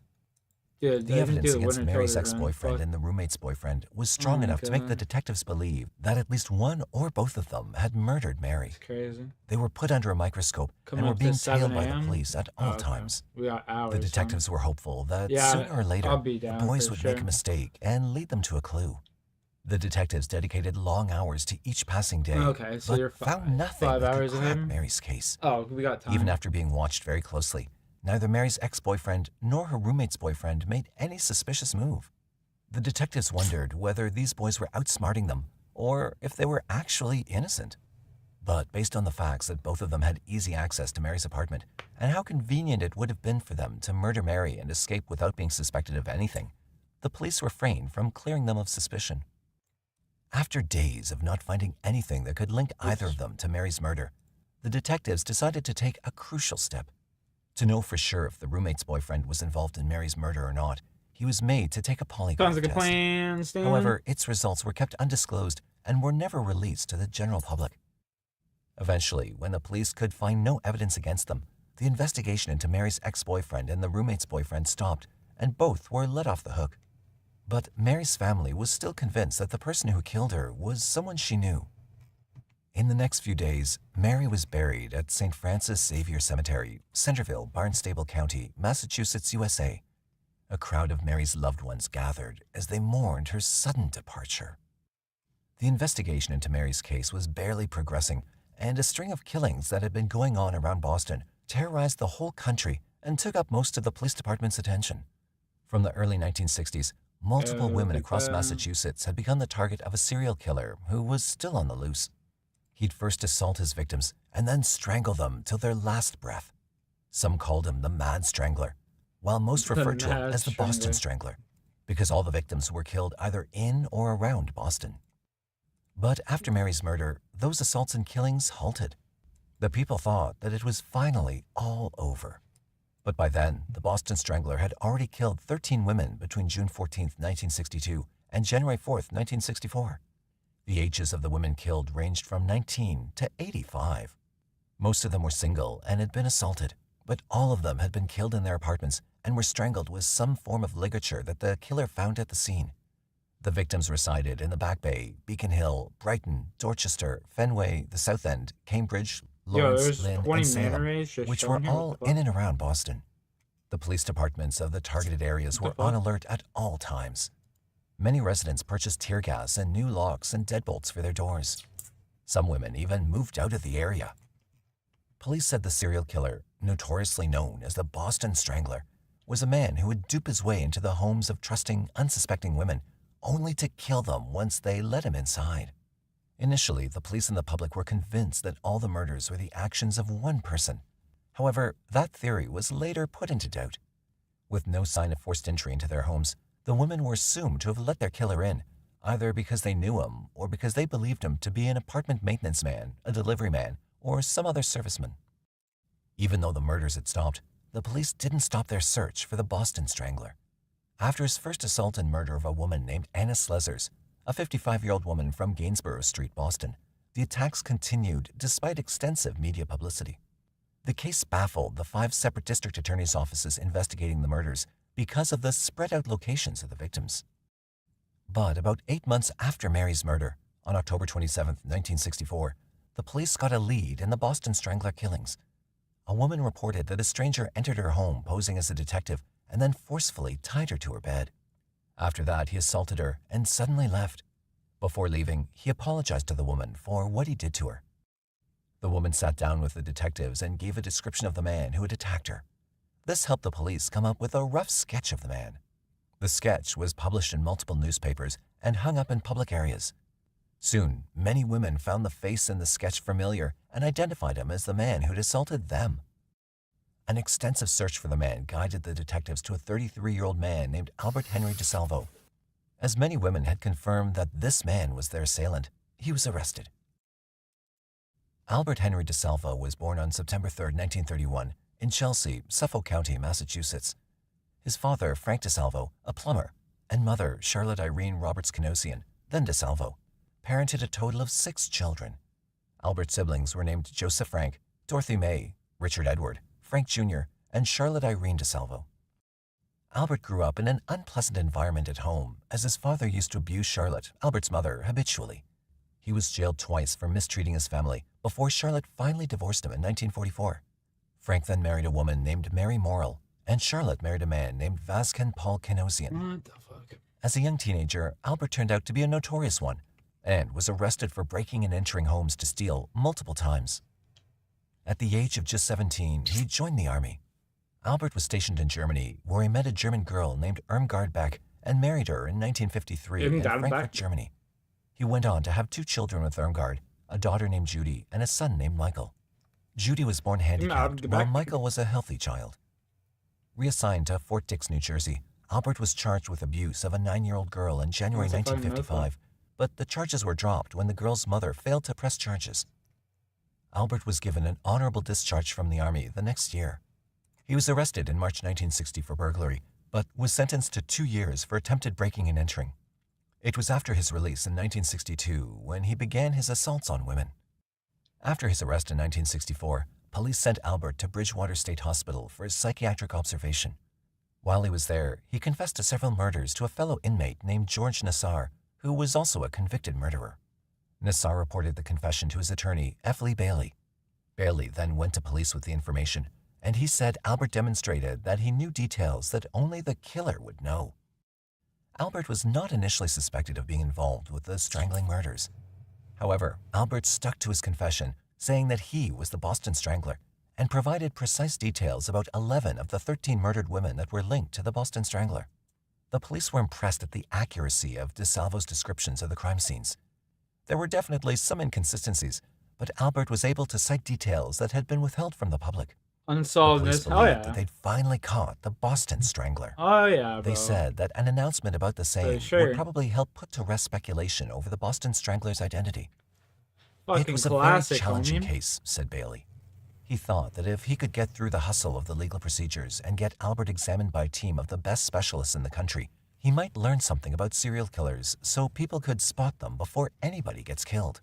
However, in a turn of events, Bailey, who helped to obtain the confession from Albert, later went on to take the defense and represent Albert. Despite admitting to carrying out Mary's and other women's assault and murder, Albert was never charged for those crimes. What? This was because no physical evidence substantiated his confession, I and mean, hence who his cares? He confession was confessed. ruled inadmissible in court. However, Albert was sentenced to life in prison on unrelated charges involving armed robberies and other assaults. Albert's attorney Bailey believed that his client was actually the killer. Bailey brought up Albert's confession to the murders as part of his client's abusive history at the trial in order to assist in gaining a not guilty by reason of insanity verdict to the assaults and murders. But it was ruled as inadmissible by the judge. Convicted of the unrelated assaults, Albert was sentenced to life in prison in 1967. In February of that same year, Albert did something peculiar. He escaped with 2 fellow inmates while he was at the Bridgewater State Hospital. It was never known whether he and the other inmates had been planning the escape, or if it was something that happened indecisively in the heat of the moment. The escape triggered a full-scale manhunt.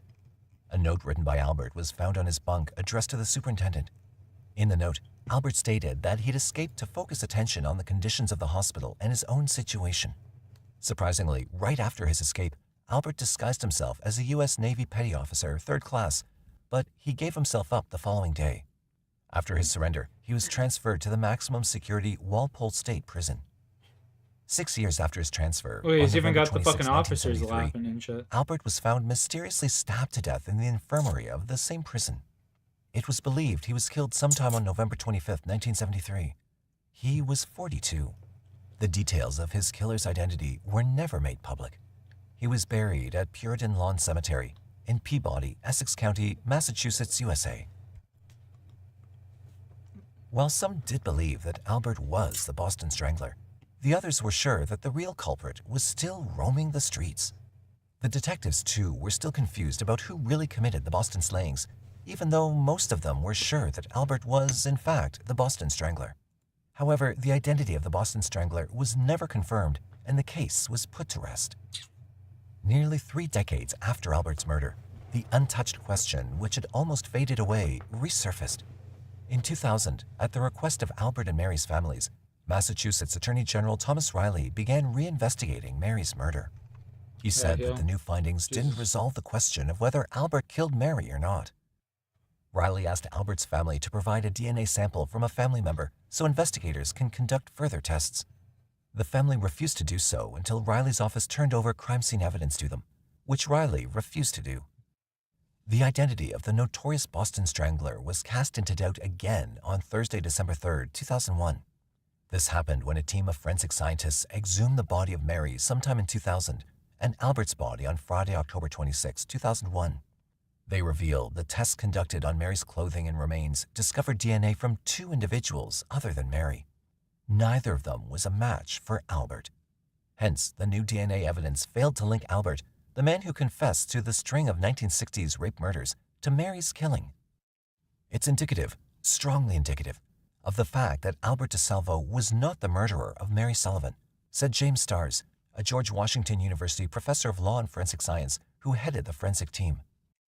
But former Massachusetts prosecutor Julian Soshnick, who interviewed Albert twice after he confessed to the killings in 1965, said the results don't prove Albert's innocence in Mary's murder or any of the other killings.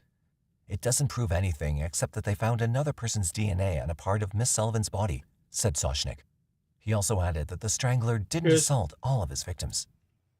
The question whether Albert was indeed the Boston Strangler raised many doubts.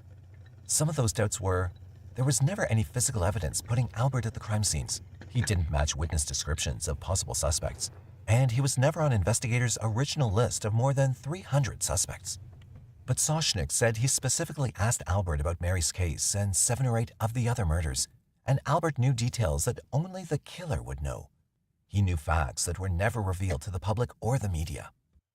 For instance, Albert described accurate details about what type of ligatures were used and how they were tied.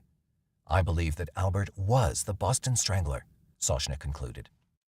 Mary's nephew, Casey Sherman, who had believed for years that another man killed his aunt, was still not convinced that Albert was the Strangler. If he didn't kill Mary Sullivan, yet he confessed to it in glaring detail, he didn't kill any of these women, Casey said. He said police had a prime suspect in Mary's murder, but dropped pursuit of the man after Albert confessed.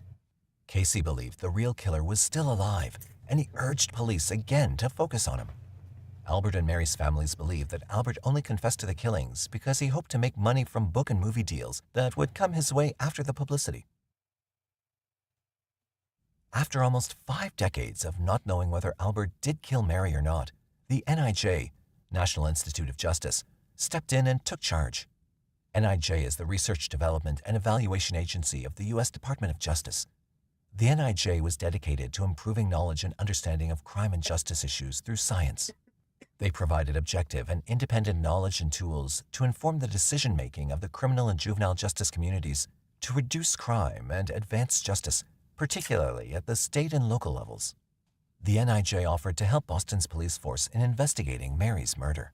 And finally, they were able to solve this decades-old case. On July 11, 2013, the Boston Police Department announced that they'd found DNA evidence that strongly linked Albert to the murder of Mary Sullivan. A water bottle recovered from a construction site where Tim DeSalvo, Albert DeSalvo's nephew, worked, provided police the DNA evidence they needed to bring closure to a case that had been a mystery for nearly 50 years, murders for which no one had ever been charged. As the foreign bodily fluid found at Mary's crime scene was the only DNA evidence in the entire Boston Strangler investigation, Boston Police Crime Lab's lead forensic scientist Robert Hayes preserved 6 samples of that DNA evidence as he waited for technology to advance to the point where nuclear DNA could be positively matched to a suspect. The 2 techniques that opened the door leading to Mary's killer were mitochondrial DNA and familial DNA.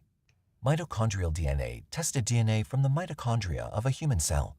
Humans inherit mitochondrial DNA solely from their mother. Thus, siblings with the same mother would have identical mitochondrial DNA to each other, assuming that no mutation had occurred. Familial DNA analysis was based on the STR profiles found in databases such as the CODIS, Combined DNA Index System. The profile came from 13 locations in the genome. If all 26 alleles match a DNA profile in the database, it indicates that the DNA sample is the same man. First, the police had to make sure that the Y chromosomes in those DNA samples were a familial match to Albert in order to convince a judge to let the investigators disturb his grave again. So the Boston Police Department Sergeant Brian Albert, a surveillance expert, followed Albert's nephew Tim DeSalvo to his work site in Boston and retrieved a water bottle he drank from and left behind.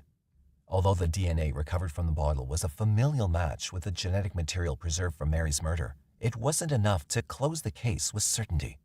But with the investigators' recent findings, a judge approved a warrant for Albert's exhumation so a DNA sample could be taken directly from him.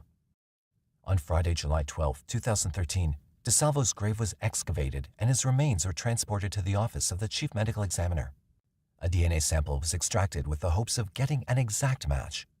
Comparisons were made and the match was confirmed. Massachusetts top law enforcement officials revealed that DNA preserved from the body of the Boston Strangler's last victim, Mary Sullivan, can now be linked with great certainty to the late Albert DeSalvo. This is good evidence. This is strong evidence. This is reliable evidence. There can be no doubt, Suffolk County District Attorney Dan Conley said of the new DNA result. Familial match between biological evidence recovered from the crime scene and a suspect in Mary Sullivan's murder. That suspect is Albert DeSalvo. The match excluded 99.9% of the male population from suspicion in Mary Sullivan's killing. This pointed to Albert DeSalvo with near surety as the man responsible for Mary's assault and murder. I knew science would one day provide us with answers in this case, Boston Police Crime Lab's lead forensic scientist Robert Hayes said. By July 13, 2013, the new findings in the case had been made public. Questions that Mary's family had been asking for almost 50 years had finally been answered. Those answers provided comfort to Casey Sherman, Mary Sullivan's nephew, whom she'd never met. I've lived with Mary's memory every day, my whole life. And I didn't know, nor did my mother know, that other people were living with her memory as well. And it's amazing to me today to understand that people really did care about what happened to my aunt. In 2003, Casey even wrote a book called A Rose for Mary about the investigation he launched to relieve his mother of her nightmares. Casey's mother, Diane, Mary's younger sister, was just 17 when Mary was murdered. Diane finally got a sense of relief and closure when Mary's murderer's identity was confirmed. They and the families of all homicide victims should know that we will never stop working to find justice, accountability, and closure on their behalf, Suffolk County District Attorney Dan Conley said. Boston Police Commissioner Edward Davis praised the work of the relentless cold case squad who refused to give up and waited until science advanced enough to crack the cold case. There were no comments made by Albert's family once he was identified as the Boston killer. But Elaine Sharp, a lawyer for the DeSalvo family, argued that the police had not legitimately identified Albert as the Boston Strangler. She added that Tim DeSalvo, Albert's nephew, did not know he'd been followed and inadvertently provided the evidence for the search warrant that led to Albert's body being exhumed. Just because they had DNA doesn't mean Albert DeSalvo killed her, Sharp said. Albert's family believed that there would still be reasonable doubt that Albert killed Mary, even if additional DNA tests showed a 100% match. Sharp also stated that private testing of Mary's remains showed other male DNA was present as well. Massachusetts Attorney General Martha Coakley dismissed that assertion and said that the investigators may have solved one of the nation's most notorious serial killings. Like father, like son. Michael DeSalvo, Albert DeSalvo's son, who was born in 1960, didn't have a great life either. On the night of December 8, 2005, a 25-year-old girl named Angela Drake was reported missing. 2 weeks later, her half-naked body was found in a drainage ditch. An investigation led the police to Michael, and some of Angela's belongings, such as her identity card and clothing, were recovered from his place. With such strong evidence, he was immediately linked to Angela's murder and was arrested. He was 45 at the time. Michael later confessed that he killed Angela on the night of December 22, 2005 in Wisconsin. Once produced in court, Michael pleaded no contest to first-degree reckless homicide, narrowly dodging a first-degree murder conviction. Based on his guilty plea, Michael was sentenced to 25 years in prison on May 2, 2007. He was also sentenced to an additional 10 years of extended supervision, which the judge allowed him to serve in Minnesota, provided he didn't return to Wisconsin. Michael was incarcerated at the Stanley Correctional Institution in Stanley, Wisconsin, with the possibility of his release by 2031. Since there were 2 other DNA samples recovered from the crime scene where Mary was murdered, do you think that Albert DeSalvo really was the Boston Strangler and responsible for killing Mary Sullivan? If not, to whom did those DNA samples belong? Let us know your thoughts. We'd love to hear from you. My man has disappeared. It was February 21st, 1977, at around 8:40 p.m. when the Chicago Fire Department got a call from a concerned resident who noticed smoke emerging from an apartment on a lower floor. The firefighters promptly arrived at the scene and proceeded to inspect the apartment in search of any survivors. They made an unfortunate discovery when they came across the lifeless body of 48-year-old Teresita Bassa. However, it was evident that Teresita had not succumbed to the fire, as a knife was still lodged in her chest. There appeared to be a far more twisted cause behind her demise. What was so unbelievable about this particular case? What could have happened that this case became an inspiration for movies and books for decades to come? Chicago is a vibrant city situated in the northeastern part of Illinois, USA. Known as the Windy City, it's nestled along the southwestern shore of Lake Michigan. The residents embrace a vibrant urban lifestyle with a rich cultural scene, renowned architecture, and diverse neighborhoods. However, like any major metropolis, Chicago does face challenges regarding crime. When compared to communities of all sizes across America, Chicago stands out with one of the highest crime rates at 33 incidents per 1,000 residents. Homicides and gun violence have been areas of concern, contributing to a perception of a higher crime rate compared to other cities. No way. Moreover, the intriguing case of Teresita Bassa unfolded in the bustling city of Chicago from 1977 onwards. Teresita Bassa, born in the Philippines in 1929, embarked on a new chapter in her life when she emigrated to the United States in the 1960s. Initially drawn to study music, she developed a newfound interest in the human body and transitioned to work as a respiratory therapist at Edgewater Hospital near Chicago. Alongside her career, Teresita pursued a master's degree in music, showcasing her ambition and dedication. She even performed in a band called Mahogany 5+1. Colleagues and friends described her as an intelligent yet quiet woman who had a laid-back lifestyle. Despite the demands of her work and studies, Teresita found joy in sharing her musical talents with the community by teaching neighborhood children how to play the piano. Teresita made the decision to rent an apartment in the Lincoln Park area, which had a somewhat dubious reputation during the 1970s. Despite its sketchy nature, she sought out a spacious apartment that could accommodate her beloved piano. Fortunately, her well-paying job provided her with the means to afford the dwelling of her dreams. While Teresita's life seemed to be going well in many aspects, one significant element was missing: a life partner with whom she could share her future. However,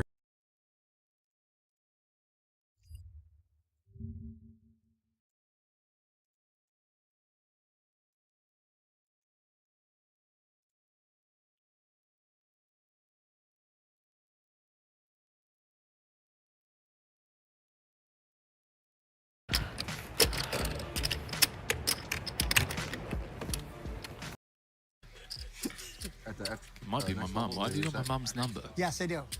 I mean, there's some things we should just leave off the stream. I just received confirmation this is the last hand before the 75-minute dinner break. Yeah, Harry's gonna go kick my ass for 60 minutes for having his mom. You did call the overs on 7 players. We still have 8 players left, but we've got Aram, 20 big blinds, pocket sevens, gonna open things up. Good luck. Yeah. That'd be really rough. $92,880 guaranteed. Last of the 5-figure payouts for these final 8 players. Ben, how much you got in red? 300 exactly. You're getting all red? Mitch said Henry had 40% of the WSOP main winner. Yeah, dream on. James Griffith saying, well on the commentary, hit the like button, folks. Please do. As we dive back into this, Tobias with the aces. Do take a couple of seconds out of your days to click the like button. It really helps us grow the channel and reach a wider audience. WPT doing everything they can to just grow the game by putting on, I mean, one of the most talked about, highly anticipated poker festivals of the year. Back into this though, Jesse. Yeah, I think this is going to be a small re-raise. You can find some small re-raises here. Especially at a final table where just bet sizes are smaller in general. Yeah. This is going to look very fishy. When it folds around the big blind, and they could happily just put in the extra blind and see the flop, and they make it a very small size, especially against a 20 big blind stack. It's always. How much is the gate? I don't know. I'm always a little bit of a non-believer that they have bluffs. I got 6 9 points. But you know, we are playing a 25K FT. We are playing with players who are capable of actually finding those bluffs.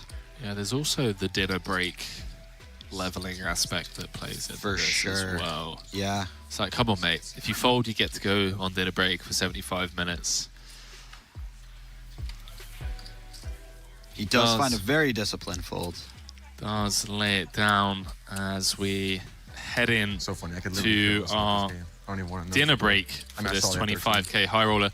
Ladies and gentlemen, I would love to just sit here and just shoot the breeze with all of you for the next 75 minutes, but Jesse and I are going to go and grab some much needed coffee, water, food, as are these final 8 players.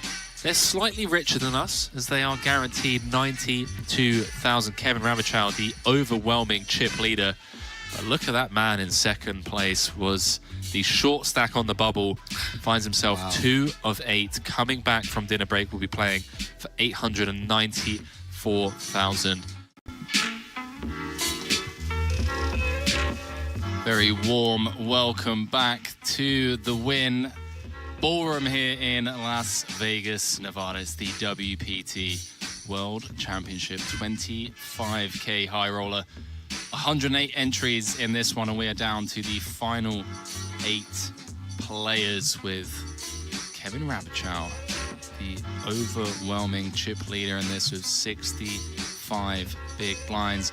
Other end of the chip counts, Justin Zaki down to just 7 bigs as the blinds have gone up to 50,000. 100,000, gonna look to pull a rampage and spin up those 7 big blinds. Everyone guaranteed just shy of $93,000 for their efforts so far. But have a look at that up top, 894,000 going to be going to the eventual champion here at the World Poker Tour World Championship. In the booth, how we doing? Lovely. We are doing lovely. Lovely We as are ever. loving life here in the commentary booth. For a few reasons, you viewers at home have been keeping us company for the last couple of days, and also due to these players just putting on, well, what we can only describe as top-notch poker entertainment. Jesse Sylvia alongside myself, Henry Kilbane. We're going to be calling the action for you all the way down to a winner as we look to kick things back off here. A lot of the middling stacks, that's pretty much everyone bar Kevin Rabichow, in a bit of an ICM cage due to that 7 big blind stack of Zaki. So we'll see how that's going to play out over the next couple of orbits. Zaki going to look to either double up or hit the showers, and I'm sure be looking to do the former rather than the latter. Jesse, how are we doing, man? I'm excited for this now. The blinds have gone up. We're getting to that stage where Kevin can almost run away with it. Yeah, you really said it. The blinds have gone up to a very significant number, and nobody is that far away from getting busted in 1 to 2 hands. Yeah, for sure. So it's kind of a really fun time where I think a lot will happen this level. Several players probably trying to pull a rampage. Yeah, I mean, even like Tobias and Elijah, we just saw Elijah 25 effective now, nursing a 2.5 million chip stack. He could very easily go out in 8th. That's a rejam spot. For sure. You know, that's just cut off the hijack 10s against ace queen, you're out the door. Yeah. Or let's say he opens on the cutoff and Kevin peels the button and they play a 30, they're 30 big blinds effective. You know, it's just not that hard to get all those chips in. It's really not. Debbie asking who bubbled this tournament. Well, the bubble boy for this 25K was none other than SI Scheinberg, playing his first tournament in 8 years.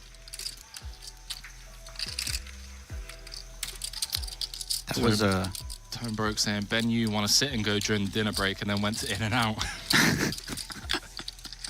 We managed to speak with Ben Yu on break, actually, and he's been caught up with all of your shenanigans in the chat. He is very aware of the person that he has become. The hero. He's America's sweetheart now. It's the hero that we didn't know we needed. Ben Yu, I heard Ben Yu won 2.2 million playing heads up against Ivy on dinner break, but there we go. You never know, it might have been a sit and go. Ace King 4, Kevin 3.5xing from the big with the Queen 4. Tobias limp calling the 10-9 suited. Kevin flopping best but opting to check back on the Ace King 4. As the 6 of spades rolls off on the turn, 800k in the middle. See if Kevin comes with a little delayed c-bet here on the turn. It's interesting. I imagine, given the flop check and not the decision and not continuation bet on a board that's better for him, he's going to be very happy with trying to get to showdown. Maybe putting a little value bet in on the river, but it's kind of awkward when you have the Queen of Spades in hand, right? Like trying to get value from Queen High. For sure. It's difficult. You'd be real happy with a 6 because there's plenty of 4s now that you beat, but when you have a 4 in your hand, it's much less likely they have one. Much more likely they do have a 6 or something. Also, Tobias is not just limp calling any old hand, right? He's at a position versus the chip leader. He's going to be careful with his calling range, so he's far more likely to have an ace or a king in his hand than he normally would in any other circumstance, blind versus blind.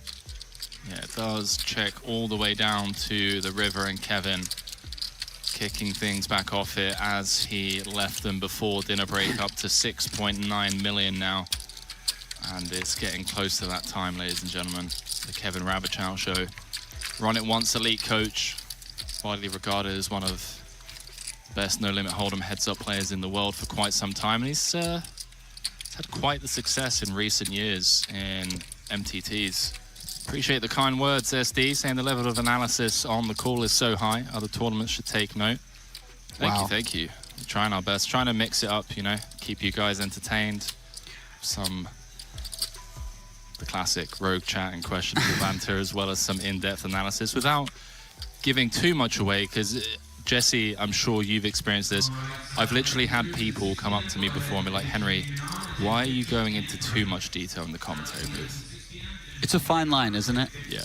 For sure. I've been far too detailed in the past, I think. We've all been guilty of it to some extent, but I can get a little too into my own brain when dissecting these sort of things.